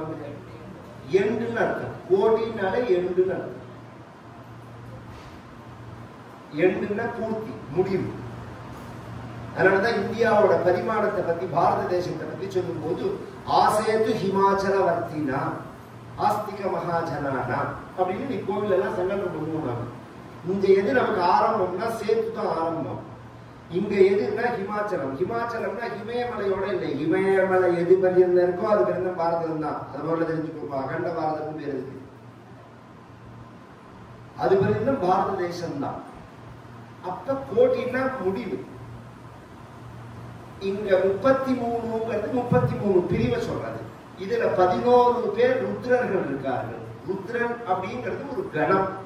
சிவபெருமான் வேற, ஈஸ்வரன் வேற, சதாசிவன் வேற, ஈஸ்வரன் வேற, ருத்ரன் வேற. ருத்ர கணங்கள் வேற. ஈஸ்வரன்கிறது குணமயமான வஸ்து, சதாசிவன்கிறது நிர்குணமான வஸ்து. இது பஞ்ச தத்துவங்களை சொல்றது. இந்த வேதமே 1 சொல்றது, 2 சொல்றது, 3 சொல்றது, 4 சொல்றது, 5 சொல்றது. இந்த பிரிவு 1 பிரம்மம் அப்படிங்கிறது, 2 துவைத்தம்ங்கிறது, பிரம்மம் மாய, 3 விசிஷ்டாத்வைதத்துல சொல்லும் போது ஜீவாத்மா பரமாத்மா மாய அப்படின்னு அவ பிரிப்பா. துவைதத்துல வரும்போது ஜீவாத்மா பரமாத்மா மாயன்னு பிரிச்சுருவா. ஜீவாத்மாவும் பரமாத்மாவும் ஒன்று, மாயங்கிறது ஒன்று அப்படின்னு பிரிச்சுருவா. அத்வைதத்துல சொல்லும் போது எல்லாமே ஒண்ணுதான் அப்படின்னுவாங்க. இதை 3 சொல்லும் போது இன்னொரு விஷயம் சொல்றேன். 3ல என்னன்னா பிரம்ம விஷ்ணு ருத்ரா அப்படின்னு எடுத்துக்கலாம். 4 என்ன அப்படின்னு சொன்னா வாசுதேவன், பிரத்யும்னன், அனிருத்தன், சங்கர்ஷணன் வைஷ்ணவ சம்பிரதாயம். வாசுதேவன்கிறது பரபிரம்மம், பிரத்யும்னன், அனிருத்தன், சங்கர்ஷணங்கிறது பிரம்ம விஷ்ணு ருத்ரா. இது 4வது. 5, 6ன்னா பிரம்ம விஷ்ணு ருத்ராங்கிற 3, ஈஸ்வரன்கிறது 4, சதாசிவன்கிறது 5. இந்த பிரம்மமே நிர்குண பிரம்மமா சகுண பிரம்மமானு ஒரு கேள்வி வரும். இந்த யோகத்துல இருந்ததான நிர்குண பிரம்மம் யோகத்திலேருந்து மீழ்த்தின்ற உடனே அது சகுணமாயிடுச்சுன்னு வருது. அதெல்லாம் நம்ம டீப்பா போகல. எனக்கு எப்ப நான் ஒரு நினைவும் இல்லாம இருந்தா நிர்மலமா இருக்கேன். எனக்கு எப்ப நினைவு வந்துருத்தோ அப்ப நினைவு நான் சேர்ந்துடுறேன்னு. நான் வீழ்த்து விட்டேன்னா அந்த சக்தி என்னோட சேரும் போது அப்ப நிர்குணங்கிறது சகுணம் ஆயிடுது. இது சதாசிவன், ஈஸ்வரன் பேர். அதுக்கு மேல உள்ளது சதாசிவன் அப்படிங்கிறது. இப்படி பஞ்ச தத்துவமா சொல்லப்படுறது. இந்த எதுக்கு இத்தனையும் சொல்றேன்னா ரொம்ப பேர் குழப்புவா. பிரம்மாதான் சிவபெருமானையே சிருஷ்டி பண்ணான்னு போற போக்கில் கொடுத்து போட்டு போவான். ஒரு சித்தாந்தத்தை பத்தி பேசினா தப்பே கிடையாது. அதே சமயம் ஜனங்கள்கிட்ட பொய்ய பிரச்சாரம் பண்ணக்கூடாது. எனக்கும் துக்ளக் சோக்கும் ஒரு ஆர்குமெண்ட் வந்து மாமா ரொம்ப எனக்கு கிருஷ்ணாபிமான் மூலமா ரொம்ப பழக்கம் சோவை. அந்த ஒரு ஆர்டிக்கல் எழுதும் போது ஒரு விஷயம் எழுதியிருந்தார். சங்கரா ஞானமன்விச்சேது அப்படிங்கிற பதத்துக்கு சங்கரன் அப்படிங்கிறது வேற. கவனிச்சு கேட்கணும். ருத்ரனிடம் இருந்து அறிவை அப்படின்னா அறிவு ஞானம்ங்கிறதுக்கு தமிழ் படித்தினா நீங்க அறிவுன்னு தான் சொல்லி ஆகணும். ஆனா அறிவுக்கு ரெண்டு விஷயம் இருக்கு. சாஸ்திர ஞானமா சமயக் ஞானமாங்கிற கேள்வி வரும். ஞானத்தையே நாங்க ரெண்டா பிரிக்கிறோம். எழுத்தறிவா அனுபவ அறிவா? சக்கர திதிக்குங்கிறது எழுத்தறிவு, வாயில போட்டுக்கிறது அனுபவ அறிவு. எது வசதி? எந்த அறிவை நீ சொல்ற? இந்த கேள்வி வரும். இந்த ரெண்டு விஷயம் இதுல குழப்பத்துல இருக்கு. அந்த பக்கத்துல சங்கரங்கிறத ருத்ரன் நீங்க கீழே இறக்கிட்டு பேசினேன்னா தகுதியை குறைக்கிற மாதிரி ஆகுது. இப்படி ஒரு ஆர்டிக்கல் வந்தோடனே நான் சொன்னேன், இது வந்து வேணும்னே எழுதுற மாதிரி இருக்குமாமான்னு. நானும் கவனிச்சாத இன்னும் 2-3 வாரத்துக்கு மேல இது வராதுன்னு ஒரே வார்த்தை. 2-3 வாரத்துக்கு மேல இந்த தொடர் வராது, நிறுத்துமே அப்படின்னா. ஏன்னா அந்த அந்த அந்த சங்கல்பமே அது மாதிரி குழப்பற மாதிரி. அறிவு அடையணுங்கிறது வாஸ்தவம் தான், படிக்கணுங்கிறது வாஸ்தவம் தான். எதை படிக்கணும்னு தான் இந்த கேள்வி. நானே இப்ப சொன்ன மாதிரிலாம் முதல் நாள் பேசிருக்கேன். நான் கொஞ்சம் தேவையில்லாதா தேவையில்லையாங்கிறது பகவான் தான் சொல்லணும். நானும் சொல்லக்கூடாது, நீங்களும் சொல்லக்கூடாது. உண்மை குரல்னு ஒரு சப்ஜெக்ட் பேச போறேன். உண்மை குரல், உண்மை அல்லது குரலின் குரல், குரலின் குரல். முதல் திருக்குறள் எடுத்துட்டாலே வியாக்கியானம் பண்ணினா ஒருத்தர் நின்று பேச முடியாது. எதிர்த்தாப்புல அகர முதல எழுத்தெல்லாம் ஆதி பகவன். இந்த ஒரு சப்ஜெக்ட் எடுத்து பேச சொல்லும்போது நீ பார்க்க தமிழ் மட்டும் தெரிஞ்சா பேச முடியாது. ஏன்னா அவர் தமிழ் மட்டும் தெரிஞ்சு பேசல. திருக்குறள் அகர கவனிச்சு கேட்கணும். அகர அப்படின்னா என்ன? அகர வரிசை இருக்கு, ககர வரிசை இருக்கு, ரகர வரிசை இருக்கு. அக்கு பரியந்தம் அகர வரிசை.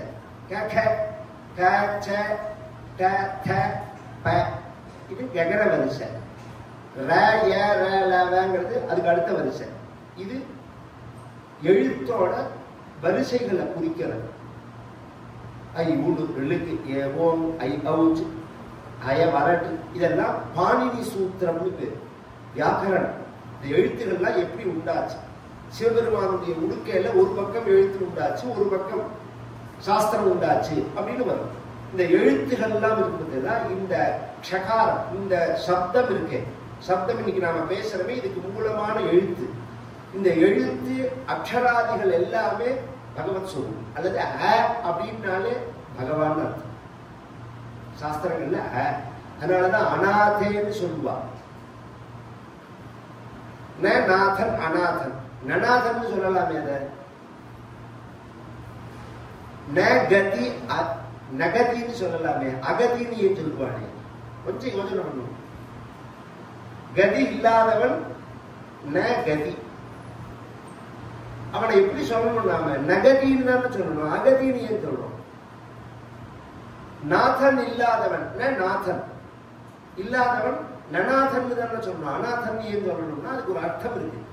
நீ யாருக்கு கதி இல்லையோ, யாருக்கு நாதன் இல்லையோ, நீ சொல்றியோ அவனுக்கு பகவான் இருக்கான்னு அர்த்தம். அவனுக்கு நாதனா அவனுக்கு கதியா பகவான் இருக்கான். அதனால அப்படிங்கிற வார்த்தையை முன்னாடி ஆட் பண்றது இல்லை. இது பகவத் சொரூபம். பகவான்கிற வார்த்தைக்கு 6 லட்சணம் இருக்கு. ஐஸ்வர்யச்ச சமக்ரஸ்ச தர்மஸ்ச யசஸ் ஸ்ரீயாக அப்படின்னு ஐஸ்வர்யம் இருக்கணும், தர்மம் இருக்கணும், யசஸ் இருக்கணும், ஞானம் இருக்கணும், ஸ்ரீயம் இருக்கணும், பலம் இருக்கணும். இந்த 6ம் யார்கிட்ட நித்தியமா இருக்கோ அவனுக்கு தான் பகவான் பெயர்னு. இதை பத்தி பேச ஆரம்பிச்சா இதுக்கு பதில் நித்தியமா இருக்கு. அங்க ஒரு சமயத்துல இருந்தது, ஒரு சமயத்துல இல்ல, ஒரு காலத்துல இருந்தது, ஒரு காலத்துல இல்ல, ஒத்தன்ட்ட இருந்தது, ஒத்தன்ட்ட இல்லைன்னு சொல்லாம எப்போதும் இருக்கணும். இமைப்பொழுதும் அகலகில்லேன் அப்படிங்கிறதும் ஆழ்வார்கள் பாசுரம். அந்த ஸ்ரீயை பத்தி பேசும்போது இமைப்பொழுதும் அகலகில்லேன் என அலர்மேல் மங்கை உரையும் மாறுபா. இமைப்பொழுது ஒரு க்ஷணம் கூட பகவானை விட்டு பிரிய மாட்டாள் அப்படின்னா பிரியாதான் இருக்கணும். அந்த ஐஸ்வர்யம் பகவத் சப்தமே சம்ஸ்கிருதம். இது மாதிரி அர்த்தம் சொல்ல ஆரம்பிச்சா திருக்குறளுக்கு யார் தெரிஞ்சுக்கணும், ஜனங்களுக்கு போய் சேரணும்னு ஆசை. இத்தனை கலந்து இருக்கு.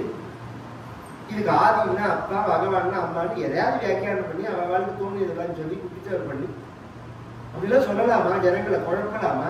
ஞானத்தை அடையறதுக்குன்னா நம்ம முயற்சி பண்ணணும். ஜனங்களுக்கு மேல படிக்கணும் படிக்கணும் படிக்கணும்னு எல்லாரையும் சொல்றோமோ, படிக்க விடாம பண்ணலாமா? நம்ம படிக்கணுங்கிறது எதைன்னா இது மாதிரி மேல் நிலையில உள்ள படிப்பு தான் படிப்புங்கிறது தெரிஞ்சுக்கிறது. அப்ப இந்த ருத்ரன் அப்படிங்கிறவர் கோபத்தோட தேவதை. இதுதான் ஆரம்பிச்ச தனி. இதுல இன்னொரு விஷயம் தெரிஞ்சுக்கிறேன். இந்த நாராயணியத்துல ஒரு ஸ்லோகத்தை சொன்னா எல்லா வியாதியும் போயிடும் அப்படின்னு சொல்லி ரொம்ப பிரசித்தமாயிடும் இன்னைக்கு பிரபஞ்சத்துல. இப்ப நாம் அதை மாத்தி சொன்னா கூட ஜனங்கள்ட்ட எடுபடாது. ஏன் அப்படின்னா அது அந்த அளவுக்கு பிரசித்தமாயிடுச்சு. அது ஒரு பெரிய விஷயம்னா வரமாச்சாரியால் சொன்னாலும் அப்படி கொடுத்தது. நாராயணிய முழுக்கே பாராயணம் பண்ணினா விசேஷம், அது ஒன்றும் சந்தேகமே கிடையாது. இதுல இந்த ஸ்லோகத்தை பாராயணம் பண்ணினாதான் உங்களோட அத்தனை கஷ்டம் அஸ்மின் பராத்மன் ஆத்மாக்கள் எல்லாருக்கும் தெரியும். நான் சொன்னேன்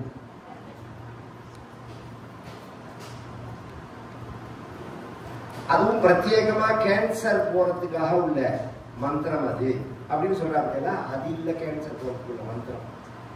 சத்தியத்தை சொல்லிட்டு போறேன், நம்புறது நம்பாவது ஃபாலோ பண்றது ஒரு விஷயம். இந்த ருத்ரனை சிருஷ்டி பண்ண சொன்னாலும் பிரம்மா, சிருஷ்டி பண்ணினாலும் அவரை விட்டு சிருஷ்டி பண்ண சொன்னான் பிரம்மா. சிருஷ்டி பண்ணினா ஒரு ஆர்டர் இல்லாம அன்னீவனா ஈவன் இல்லாம சிருஷ்டி பண்ணினாரு. ருத்ராபிசிருஷ்ட பயதாகிருதி ருத்ர சங்க சம்பூரியமான புவனத்ரய பீத சேதாஹ மாமா பிரஜா சிருஜத தபஸ்சர மங்களாயேதி ஆச்சஷ்டதம் கமலபூஹு பவதீரிதாத்மா. இதுதான் கேன்சர் போக்குற மந்திரம். இந்த மந்திரம் தான் கேன்சர் போக்குற மந்திரம். எப்படின்னு சொல்லணும்? கேன்சர்ங்கிறது ஒரு வியாதி, வெளியிலேருந்து வர வியாதி இல்லை. உங்களோட செல்லு அன்னீவனா சிருஷ்டியா இருக்குதான் கேன்சர்னு பேர். நம்ம செல்லு இப்படிதான் சிருஷ்டியாகணும். நகம் இந்த அளவு தான் வளரணும், விரல் இந்த நீளம் தான் இருக்கணும், கை இப்படிதான் இருக்கணும், இதுக்கு மேல ஒரு முண்டு வரக்கூடாது. இப்படிங்கிறத இந்த ப்ரோக்ராம் எங்க இருக்கு? நம்ம கிட்ட மூளையில இருக்கு. இந்த மூளைங்கிறது பிரம்மா.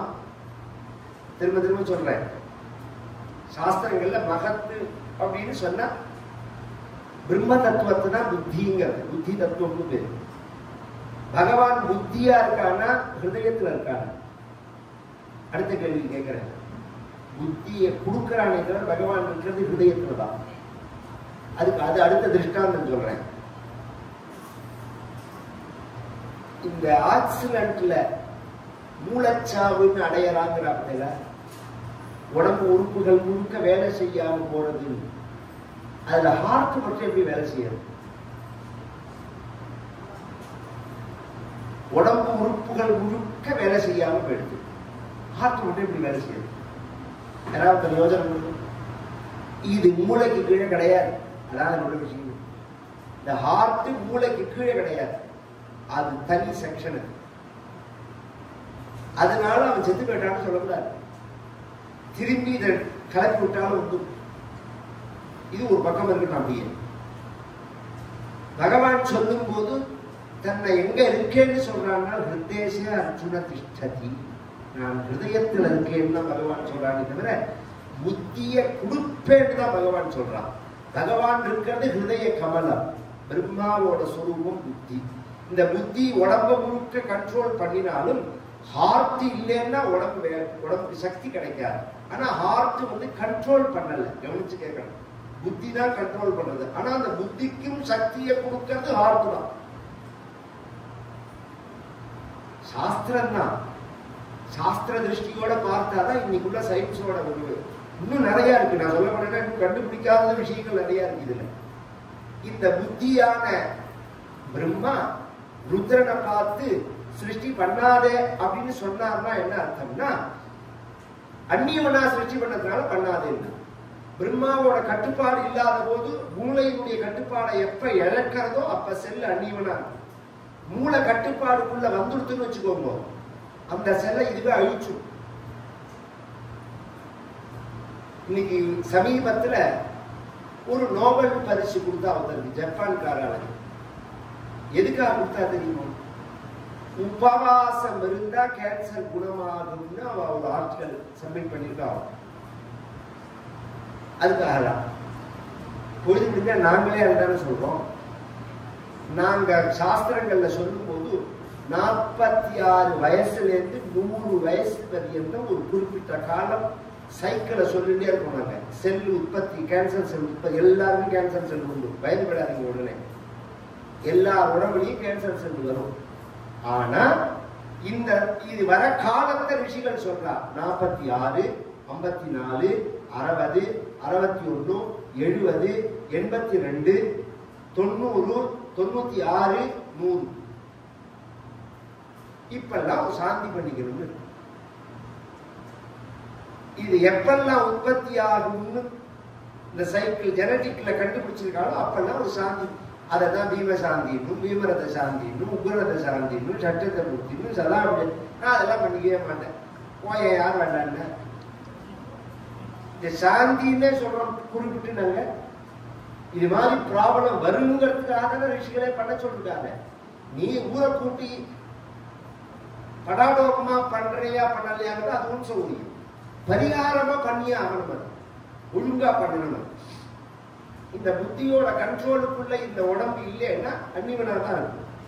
இந்த கேன்சருக்கு என்ன காரணம்னு இவ சொல்றா. இன்னி வரைக்கும் காரணத்தை அவளால நிர்ணயம் பண்ண முடியல. மேக்சிமம் இதுதான் காரணம்னு சொல்றாளே தவிர இவ என்ன காரணங்கள் சொல்றாலோ அது எதுவுமே இல்லாத ஒருத்தனுக்கு கேன்சர் வருது.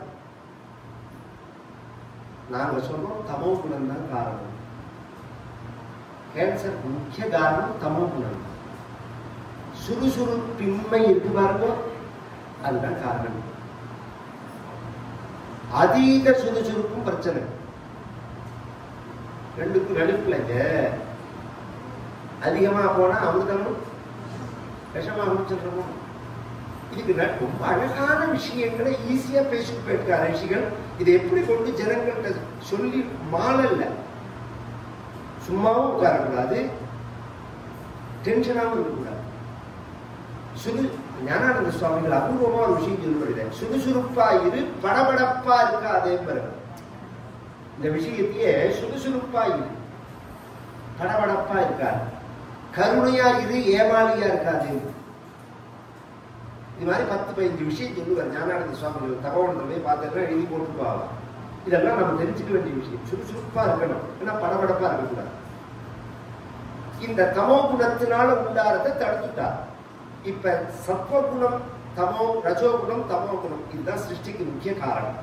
சத்வகுணத்தினால சிருஷ்டி ஆகல, தமோ குணத்தினால அந்நியமனா சிருஷ்டி ஆகுது. அப்ப சத்வகுணத்திலேருந்து ஒரு பகுதி, ரஜோகுணத்திலேருந்து தமோ குணத்திலேருந்து ஒரு பகுதி எடுத்து மிக்ஸ் பண்ண உடனே ரஜோகுணம்னு வருது. அதுதான் ஈவனா சிருஷ்டிக்கு காரணமா இருக்கு. மரீச்சி, அத்ரி, அங்கிரசர், புலஸ்தியர், புலகர், கிருது, புருகு, வசிஷ்டர், தக்ஷர் அல்லது அதர்வா, கர்த்தவர், நாரதர் இவெல்லாம் அந்த சிருஷ்டி பண்ணுவாங்க ரஜோகுணத்துல. இவர்களுக்கெல்லாம் பிரஜாபதிகள் பேர். நவ பிரஜாபதிகள். பிரஜைகளை சிருஷ்டி பண்றதுக்கு மூலமா உள்ள சீடவா. இவாழ்டேந்து வந்தவா தான் நாமெல்லாம். ஒரு சைடு இவா, இன்னொரு சைடு யாருன்னு சொல்றேன். இவாதான் சீடு, ஒரிஜினல் சீடு.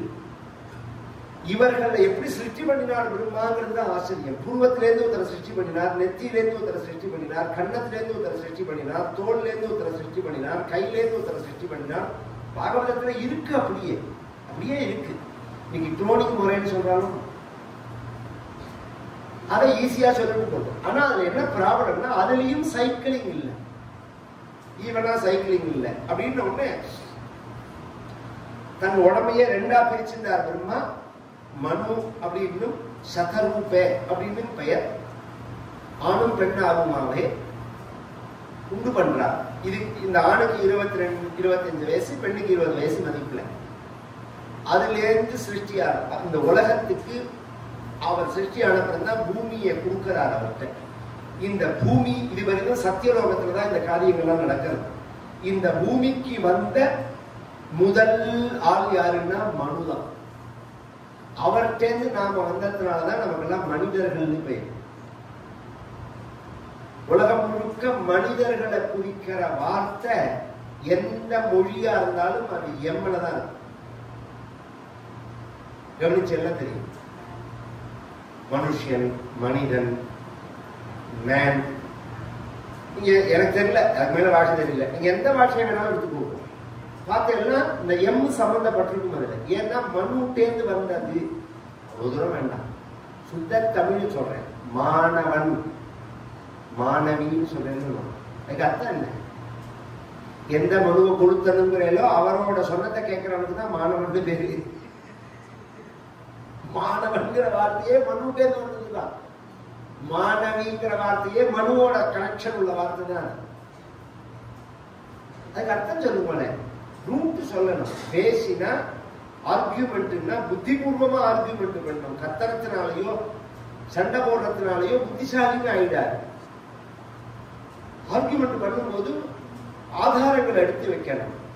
அது ஒத்துக்கிற மாதிரி இருக்கணும், பொய்யா இருக்கக்கூடாது. நீங்க பாட்டுக்கு போற போக்குல கொடுத்து போட்டு எதையாவது 4306 பக்கத்துல 7வது வரிசையிலன்னு சொல்லிட்டு போனா அப்படி ஒரு புத்தகம் இருக்கா இல்லையானே அவனுக்கு தெரியும்.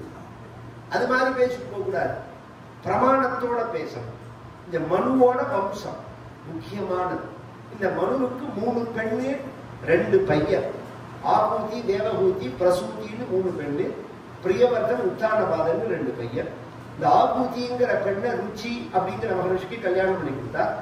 தேவகூதிங்கிற பெண்ணை கர்தமரங்கிற ஒரு கல்யாணம் பண்ணி கொடுத்தா.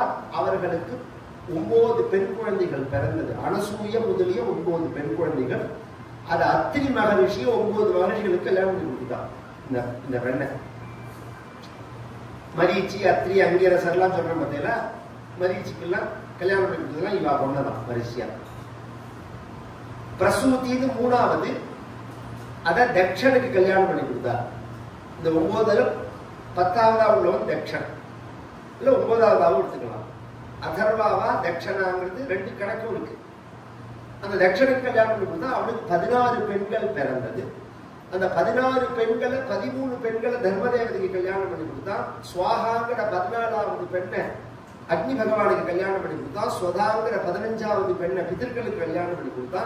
சதி அல்லது தாட்சாயணின்னு பேருள்ள 16வது பெண்ணை சிவபெருமானுக்கு கல்யாணம் பண்ணி கொடுத்தா. இதான் 3 பெண்ணுக்கான. பிரியவர்தன், உத்தானபாதன் 2 பையன்.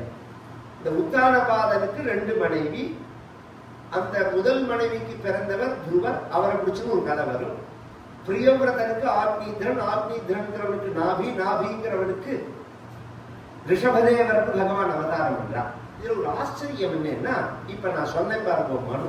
இந்த மனுவே பகவானுடைய அவதாரம். 24 அவதாரத்துல ஒரு அவதாரம். ஃபர்ஸ்ட் இந்த மனுவுக்கு 3 பொண்ணு 2 பையன்னு சொன்னேன் பாருங்க. இந்த 5 பேர்கிட்டையும் பகவான் வந்து பிறந்திருக்கான். ஆகூதிக்கும் ருச்சிக்கும் பகவான் வந்து பிறந்தது யஜ்ஞ நாராயணன்னு பேரு அந்த அவதாரம்.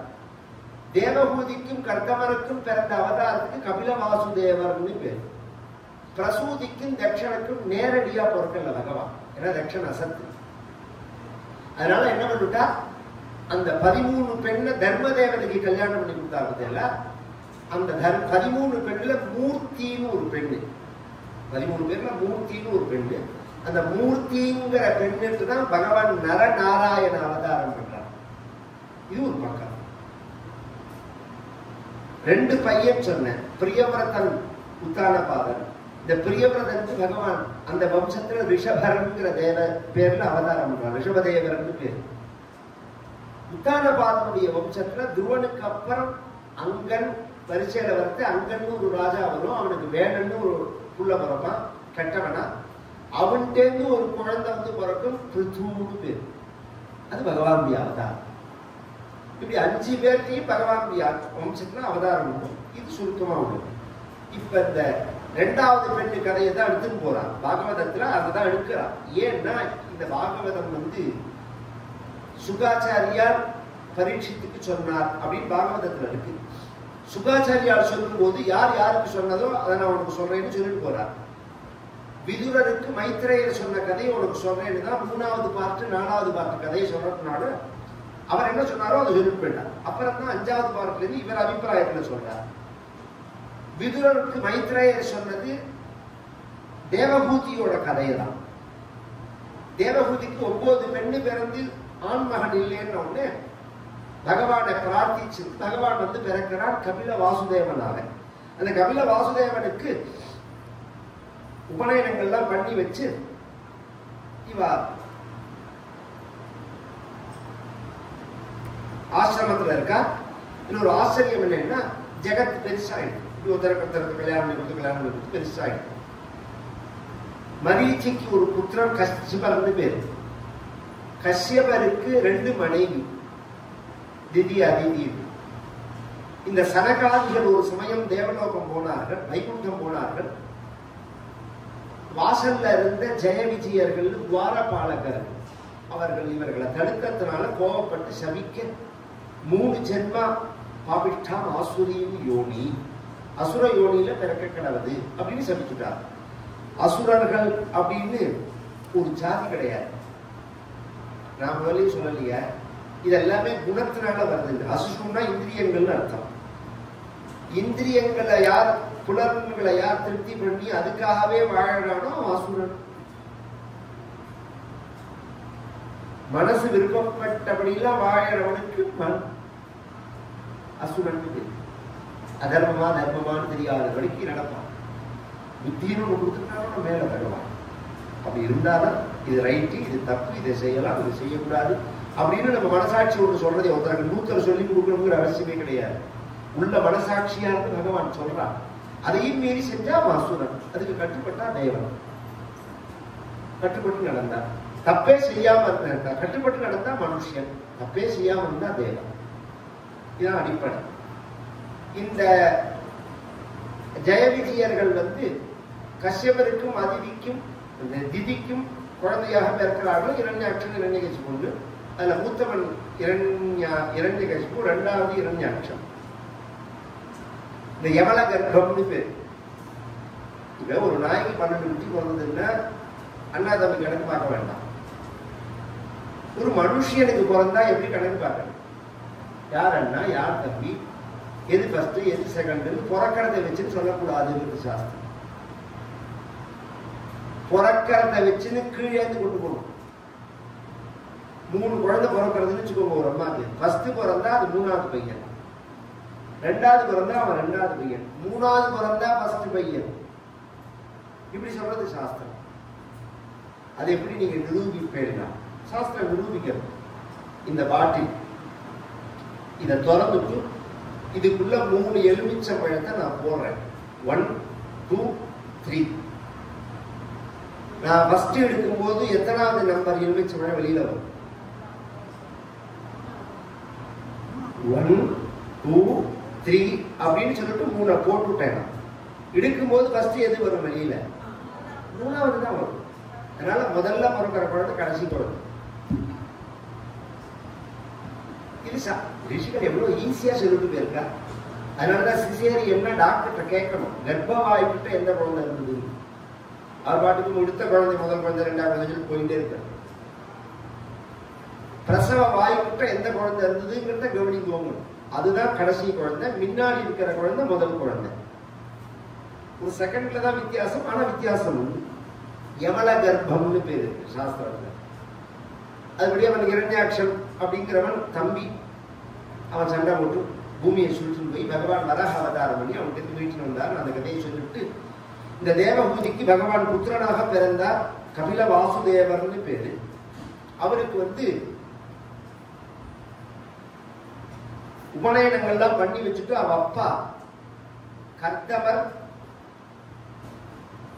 காட்டுக்கு கிளம்பி போயிட்டார். வனமே யுஷிகர்த்த 14வது தசகம் கடைசி ஸ்லோகம். வனமேயுஷி கர்தமே பிரசன்னே மதசர்வஸ்வம் உபாதிஷன் ஜனன்யி கபிலாத்மகவாயு மந்திரேஷ துவரிதம் தொம் பரிபாகி மாம் கதௌகாத். இந்த குழந்தைக்கு உபநயனங்கள்லாம் பண்ணி வச்சுட்டு அவர் கிளம்பி போயிட்டா. சாஸ்திரங்கள்ல நஸ்திரி சுவாதந்திரிய வருகஜி அப்படின்னு சாஸ்திரம். ஸ்திரீக்களை ரட்சிக்கணும். இதுக்கு அர்த்தம் என்ன சொல்றோம் நம்ம என்ன? பொம்மநாட்டிகள் சுதந்திரமா இருக்கக்கூடாது இப்படி கொண்டு போயிடலாம். பாவார்த்தம்னு ஒண்ணு எல்லாத்துக்குமே. சொல்லுக்கு அர்த்தத்தை எடுத்துட்டா கொணற்றே எதை வேணாலும் சொல்லலாம். வாங்கோ வாங்கோ, ரெண்டும் வாங்குவோதான். எத்தனை வித்தியாசம் இருந்ததுல? அந்த கூப்பிடுற விதத்தை எடுத்து போயிடலாம், வார்த்தையை எடுத்து போயிடலாம். நீங்க வாங்க வாங்க வாங்க வாங்க அப்படின்னா அவ்வளவு புரியும். வாங்க அப்படின்னா வேண்டாம் வெறுப்பா சொல்றான்னு அர்த்தம். அப்ப நமக்கே தெரியறதானோ அது அவங்க மனசுல விரும்பலைங்கிறது. அப்ப பாவார்த்தம்னு பேர் அது. அந்த அர்த்தத்தை தான் இந்த சாஸ்திரங்கள்லாம் சொல்லும் போது நம்ம எடுத்துக்கணுமே தவிர சப்த அர்த்தத்தை எடுத்துன்னு சொன்னா தப்புதப்பா தான் தோணும். தப்புதப்பா தோணும். இந்த ஸ்திரீக்கள் சுதந்திரமா இருக்கக்கூடாது அப்படின்னு சொல்றாருன்னா அப்படி சொல்லல. ஸ்திரீகள் ரட்சிக்கப்பட வேண்டும். எல்லாராலையும் கைவிடப்பட்ட நிலையில இருக்கக்கூடாது. ஸ்திரீக்களை ரட்சிக்கிறது நம்ம தர்மம் அப்படின்னு சாஸ்திரம் சொல்றது. இது மனு சொல்றது. இது எப்படி புரியுற மாதிரி சொல்லணும்னா, ஒரு விஐபி வரா, அவருக்கு செக்யூரிட்டி கொடுக்குறாரு ஆளு, போலீஸ் பின்னாடியே வரா. அவர் கையை நீட்டினா கூட நீட்டாது போகிறார். ஏன்னா அவன் எதிர பப்ளிக்ல என்ன வச்சிருப்பான்னு தெரியாது. முன்னாடி போயிடுவான். நீங்க வேணா கவனிச்சு பார்த்தா தெரியும். விவிஐபி எல்லாம் வருது. இவ அந்த புரோட்டோகாலை மீறி போனாலும் கூட இருக்கிற செக்யூரிட்டி இருக்காம அதுக்கு முன்னாடி போய் நிற்பான். ஏன்னா அவர் நீட்டலாமா நீட்டக்கூடாதாங்கிறது அவன் தான் சொல்லணும். அப்ப அவருக்கு சுதந்திரம் இல்லைன்னு அர்த்தம். கொஞ்சம் யோசனை பண்ணும். இதே ஒரு ரவுடி ஆக்ஷன் போறதுக்கு 4 போலீஸ் கொண்டு போறாங்க. இதுவும் காவல் தான். ஒரு விஐபிக்கு கொடுக்கறதும் காவல் தான். ரெண்டுக்கு என்ன வித்தியாசமோ அந்த வித்தியாசம் தான் ஹிந்து மதத்துல ஸ்திரீகளுக்கு சொன்னதான நியமம். இந்த நியமங்கள்னு பேரு. இப்படி இருக்கணும் அப்படி இருக்கணும்னு சொல்றதெல்லாம் பாதுகாப்புக்காக. இத்தனையும் தாண்டி என்ன நடக்கிறது இந்த உலகத்துல பார்க்கிற வேண்டும். அதை பத்தி எனக்கு கவலை இல்லைங்கிறவாளை பத்தி நம்ம பேச்சு கிடையாது. இன்னும் அதை ஒரு பவித்திரமா நினைக்கிறவா தானே ஜாஸ்தி இன்னைக்கு பிரபஞ்சத்துல. 1000 வெளியில பேசினாலும் பவித்திரமா நினைக்கிறவா தானே ஜாஸ்தி. அப்படிங்கிறத அதை காப்பாற்ற வேண்டியது நம்ம கடமையா இருக்கு. அதுக்கு எல்லாருக்குமே அந்த பொறுப்பு இருக்கு. அதுக்காக சொல்ல வரேன். இவர் பையன் ரெடியானே பையன்கிட்ட ஒப்படைச்சுட்டு இவர் கிளம்பி போறார் காட்டுக்கு. மனைவிய அவ கேட்டா, பையன் என்ன பார்த்துப்பான், காப்பா சாப்பாடு போடுவான், அதெல்லாம் வாஸ்தவம். பாபத்துல பெரிய பாபம்னு சொல்லும் போது சாவித்திரி ரொம்ப அபூர்வமான தேசத்துல இருந்து பார்க்கணும். பவித்திரமான தேசம். சாவித்திரிக்கு கல்யாணம் பண்ணணும். சாவித்திரி சட்டம் எல்லாருக்குமே தெரியும். சாவித்திரிக்கு கல்யாணம் பண்ணணும் அப்படிங்கிற காலம் வரத்தே நாரதர் வர. அஸ்வபதினு பேரு சாவித்திரியோட அப்பாவுக்கு பேரு. அவன் கவலையா இருந்தா நாரதர் கேட்டா, ஏன் கவலையா இருக்காய் அப்படின்னு கேட்டா, பொண்ணுக்கு கல்யாணம் பண்ணல அப்படின்னு சொன்னான். இதுக்கு என்ன கவலைப்படுற? இன்னைக்கு யாருக்க இன்னைக்கு என்ன நடக்கிறதுன்னு சொல்றேன்.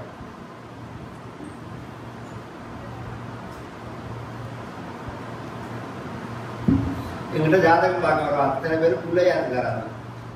பிள்ளைய பெற்றவாதா 4 ஜாதகத்தை எடுத்துட்டு வந்து எல்லாம் மாமா பொருந்தி இருக்க. ஜாதகம்னா நான் பொருத்தெல்லாம் நான் பார்க்க மாட்டேன். அதுக்கும் உள்ள வேலை பார்க்க சொல்லுவேன். ஏன்னா அது வேற விஷயம். அதுக்குள்ள நான் போகல, விரும்பல. இதுதான் கல்யாணம், இப்படிதான் வாழ்க்கைன்னா அதுதான் தீர்மானம். அது அடிப்படை விஷயம். ஜாதகத்துல நிறைய மிஸ்டேக் வரதுக்கு சான்ஸ் உண்டு. அதனால ஈஸ்வர சங்கல்பம் பந்துஷீல லட்சண சம்பன்னா வரோகா உபயச்சேதா, சகோத்திரம் இல்லாம உள்ள பொண்ண பண்ணு அப்படின்னு சாஸ்திரம் ஒரே வார்த்தையில முடிச்சுட்டு, இந்த நட்சத்திர பொருத்தம் கூட கிடையாது. நட்சத்திர பொருத்தம் பார்க்கலாம் பார்க்க வேண்டாம். ஏன் பார்க்க வேண்டாம்னா, 10 பொருத்தம்னு சொல்றீங்க நீங்க. ஏக நட்சத்திரமா இருந்தா 10 பொருத்தம் இருக்கவே இருக்காது. ஒரே நட்சத்திரத்துல பிறந்த 2 பேருக்கு கல்யாணம் பண்ணலாம்னு இருக்கு. அஸ்வதி நட்சத்திரத்துல பொண்ணும் இருந்தா பிள்ளையும் இருந்தா கல்யாணம் பண்ணலாம். ரேவதி நட்சத்திரம் இருந்தா கல்யாணம் பண்ணலாம். உத்திரட்டாதி நட்சத்திரம் இருந்தா கல்யாணம் பண்ணலாம். சுவாதி நட்சத்திரத்துல இருந்தா இப்படி எல்லாம் இருக்கு. பொண்ணும் சுவாதி பிள்ளையும் சுவாதி கல்யாணம் பண்ணிட்டே இருக்கலாம். நீங்க கேட்கவே வேண்டாம். அப்ப இந்த 10 பொருத்தம்னா ஒண்ணு கூட வராது. ரஜு தட்டுறது வேற இதை ஒரு மண்ணாகிட்டையும் நிற்காது. ஒரே நட்சத்திரத்தை கல்யாணம் பண்ணலாம்னு சொல்றது மகர்ஷி இருந்தாலே. அப்ப நாம எண்ணத்துக்கு முக்கியத்துவம் கொடுக்கணும்னு மகர்ஷிகள் சொல்றாங்கன்னா நல்ல குடும்பமா இருக்கணும், நல்ல பெண்ணா இருக்கணும். அந்த சம்பந்தம் இந்த வார்த்தையை கவனிச்சுக்கலாம். பந்தம்னா வருது, சம்னா நல்லேன்னு நல்ல உறவை ஏற்படுத்திக்கணும்னு சொன்னது போக இப்ப நாம எப்படி சொல்றோம்னா சம்மந்திங்கிறோம். மந்தின்னா குரங்கு, சம்னா நல்ல குரங்கன்னு இவனு கூப்பிடலாம். அவனை வந்து சாப்பிட்டு போறான்னு வச்சுக்கோங்க. சம்பந்தம், சம்பந்தி. அப்ப இதெல்லாம் நிற்காது, இந்த ஜாதகங்கள்லாம் நிற்காது. நல்ல குலம் அப்படிங்கிறது தான் முக்கியம். நல்ல குலத்துல பிறந்த பையன் அப்படிங்கிறது தான், பையன் பொண்ணு அப்படிங்கிறது தான் முக்கியமா வரும். இந்த பொண்ணுக்கு இந்த சாவித்திரி அஸ்வபதி கவலைப்பட்டான்னு சொன்னேன்னு, ஏன் கவலைப்பட்டேன்னு நாரதர் கேட்டாருன்னு என்னன்னு, அதுக்கு அஸ்வபதி சொன்னா இந்த உலகம் 3 பேர் நல்லவா கெட்டவா பார்க்காம 3 பேரை வெய்யும். இந்த 3 பேர் யார் அப்படின்னு சொன்னா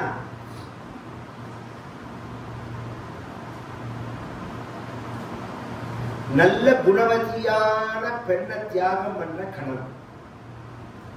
பெண்ணிட்ட ஒரு வரை சொல்ல முடியாது. நல்ல பொண்ணு கல்யாணம் பண்ணிட்டு எனக்கு குடிக்கலன்னு சொன்னா முடிச்செடுக்கணும்.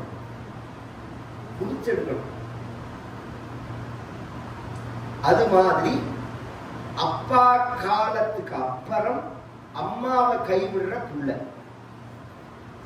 அப்பா காலத்துல பிரச்சனை கிடையாது, அப்பா இருக்கார் பாத்துக்கிறது. அப்பா காலமாயிட்டார் அப்படின்னதுக்கு அப்புறம் அம்மாவை திரும்பி பார்க்காம இருக்காம பாருங்க,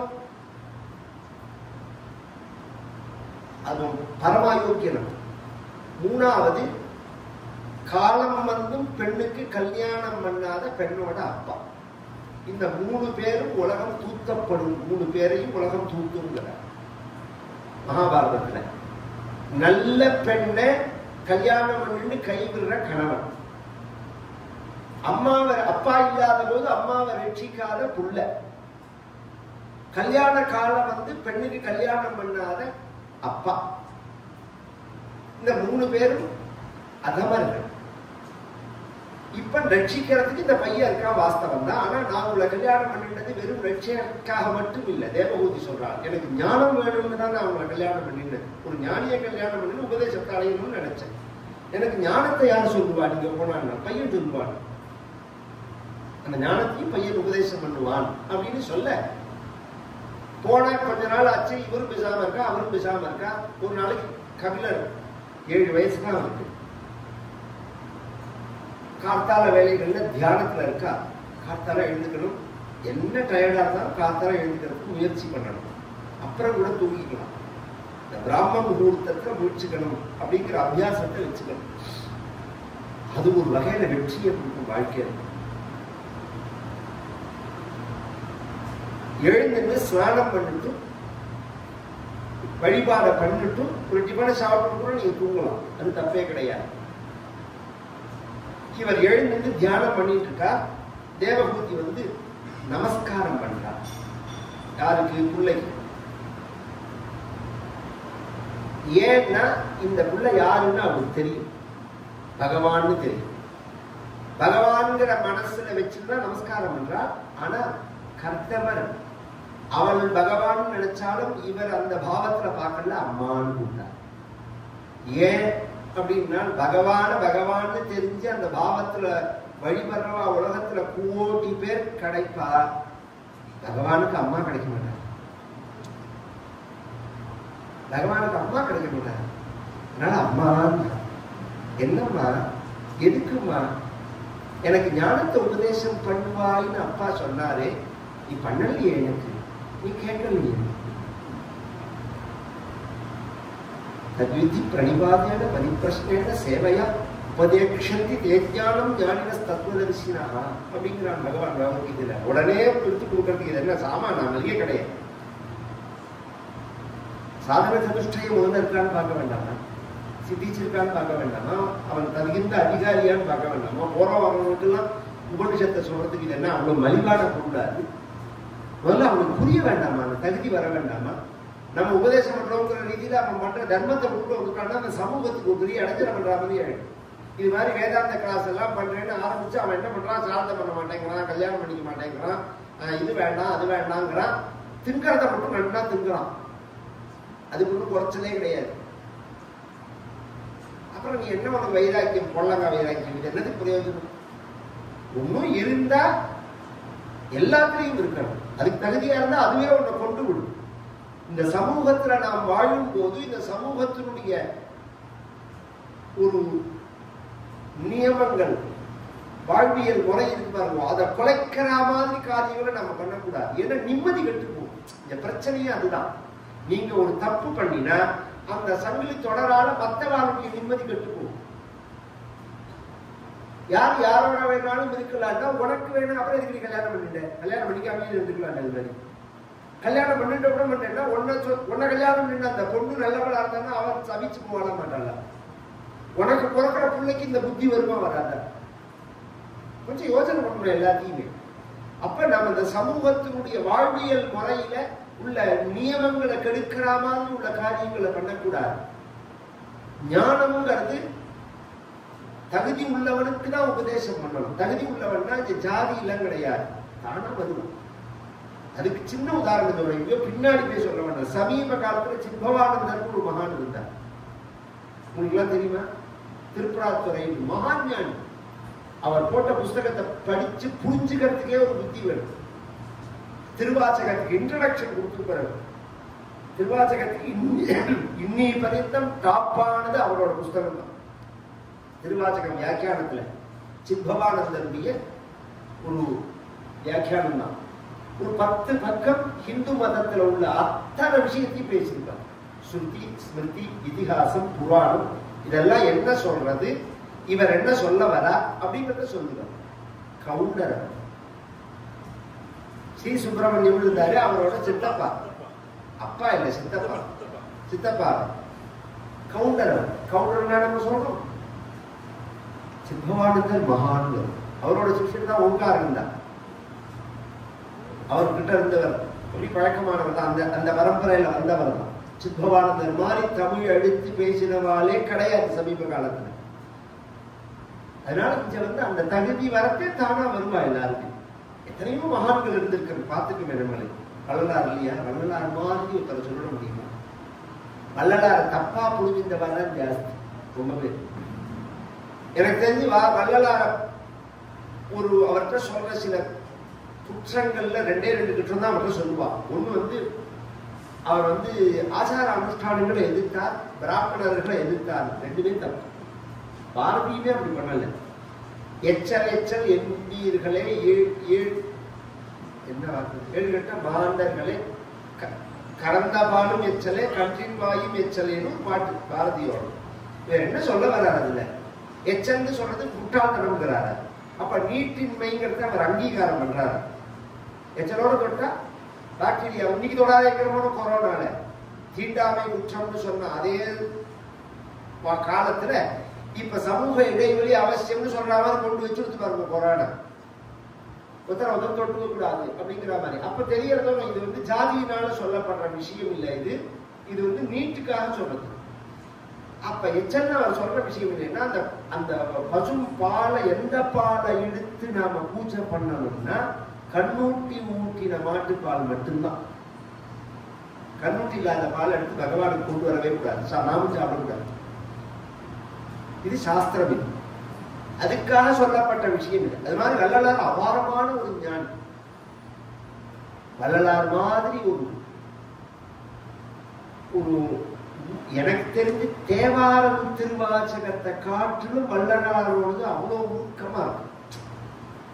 பெற்ற தாய் தன்னை மகன் மறந்தாலும் பிள்ளையை பெறும் தாய் மறந்தாலும் உற்ற தேகத்தை உயிர் மறந்தாலும் உயிரை மேவிய உடல் மறந்தாலும் கற்ற நெஞ்சகம் கலை மறந்தாலும் கண்கள் நின்று இமைப்பது மறந்தாலும் நற்றவர் உள்ளின்று ஓங்கும் நம சிவாயத்தை நான் மறவேனே. இது மாதிரி ஒருத்தர் பாட முடியுமா? இது மாதிரி உருக்கமா ஒருத்தர் பாட முடியுமா? எப்பேற்பட்ட ஒரு பக்தி வள்ளலாரோட. அப்படிதான் நம்ம பார்க்கணும். அதை ஞானம்ங்கிறது எல்லாருக்கும் பொதுவான, ஜாதியினால பிரிக்கப்படுற விஷயம் இல்லை. அதுக்கு தகுதி வேணும், இலக்கியங்கள்லாம் வேணும். அதுதான் முக்கிய விஷயம். நீ கேட்கல, அதனால நான் சொல்லலைன்னா இப்ப கேட்கறேன்னு சொல்லுன்னா என்ன வேணும்னா, பிறவி அப்படிங்கிற அந்த துன்பத்திலேருந்து நான் வெளியில வர்றதுக்கு வழி சொல்லணும். துன்பத்துக்கு காரணம் சொல்றேன், அப்ப வெளியில வர்றது என்னன்னு உனக்கு புரியும். மதிக குணசக்தா பந்த கிருத்து தேஷ்வசக்தா தொமிழ்த கிருத்து உபருந்தே. 15வது தசகம் ஆரம்பம். பக்தி யோகஸ்து சக்திம் மகதனுகமலப்யா பக்திரேவாத்ர சாத்யா கபில தனுரிதித்வம் தேவஹூத்யைன்யகாதீஹி. மதிக குணசக்தா பந்த கிருத்து. இந்த மதி குண சம்பந்தத்தை அடையும் போது புத்தியானது சத்வரஜஸ்தமோ குணங்களோட மிஸ்ரத்தை அடையும் போது பந்தங்கள் அப்படின்னா பிரகிருதின்னு அர்த்தம். இங்க இந்த பிரபஞ்சத்தின் பால் உங்களுடைய மனச புத்திய வச்ச எல்லாம் பந்தப்படும். தொமிர்தகிறது உபருந்தே. பகவத் ஈஸியா புரியறதுக்காக சொல்றேன், சப்தார்த்தத்தை நேர சொல்லலைன்னா. பகவத் சரணத்துல மனச வச்ச எல்லாம் மோட்சம். உலகத்தின் பால் மனச வச்ச எல்லாம் துன்பம். பகவான் பால் மனச வச்சா இன்பம். இதான் விஷயம். ரொம்ப ஈஸியா இருக்கு. தேவகுரு கேட்கறதுக்கு ரொம்ப ஈஸியா இருக்கு. ஆனா கதையில உட்கார்ந்தாலும், பகவானை பத்தி பேசினாலும், பகவானை பத்தி காது கேட்டாலும், கதை சொல்றவரை கண்டு பார்த்தாலும் மனசு பிள்ளையும் கொண்டாட்டி தானே நினைக்கிறது. அது அங்கதானே போறது. கதை சொல்லிட்டே இருக்கிறதே இங்க போறது, அப்புறம் ஏதோ சொல்றாருன்னு இந்த பக்கம் திரும்புறது. அதுக்கு என்ன பண்றது? அதுக்கு ஒரு தடுப்பு இருக்கு. அது போகாதபடிக்கு தடுக்கிறது. பக்தி யோகஸ்து சக்தி. பக்தின்னு தடுப்பு. பக்தினா என்ன? அதுதான் இந்த பிரச்சனை. பக்தினா என்ன? பட்டை டிண்டா பக்தியா, நாமம் போட்டுண்டா பக்தியா, கோபி டிண்டா பக்தியா, துளசி மாலை போட்டுண்டா பக்தியா, ருத்ராட்சம் போட்டுண்டா பக்தியா, கோவிலுக்கு போனா பக்தியா, கும்பிட்டா பக்தியா? எதுவுமே பக்தி கிடையாது. என்ன சார் அப்படி குண்டா போடுறேன்? இது எதுவுமே பக்தி கிடையாது.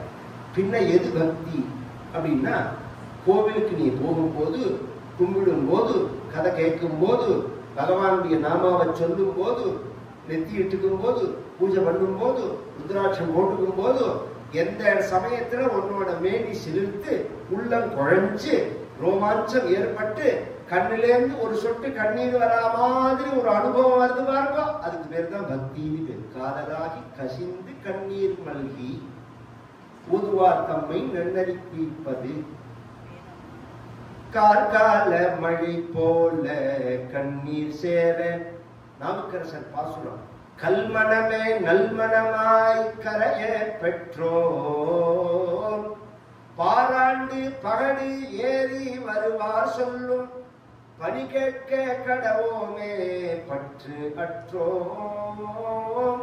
நாமார்க்கும் குடியல்லோம் நமனை அஞ்சும், நரகத்தில் இடர்படோம் நடனை இல்லோம். ஏமாப்போம் பிணியறியோம் பணிவோம் அல்லோம், இன்பமே என்னாலும் துன்பமில்லை. இதுக்கு மேல திருப்பி புரியறாமான்னு சொல்லிட்டு போம். வாழ்க்கை முழுக்க அபூர்வமான வார்த்தை. இன்பமே என்னாலும் துன்பமில்லை. அப்படி இருக்க முடியுமா? இன்பம் துன்பம் உபயாத்மகம் தான பூலோகம். அப்படின்னா கோமார்க்கு நாம் என்றும் நீலா ஆளாய்.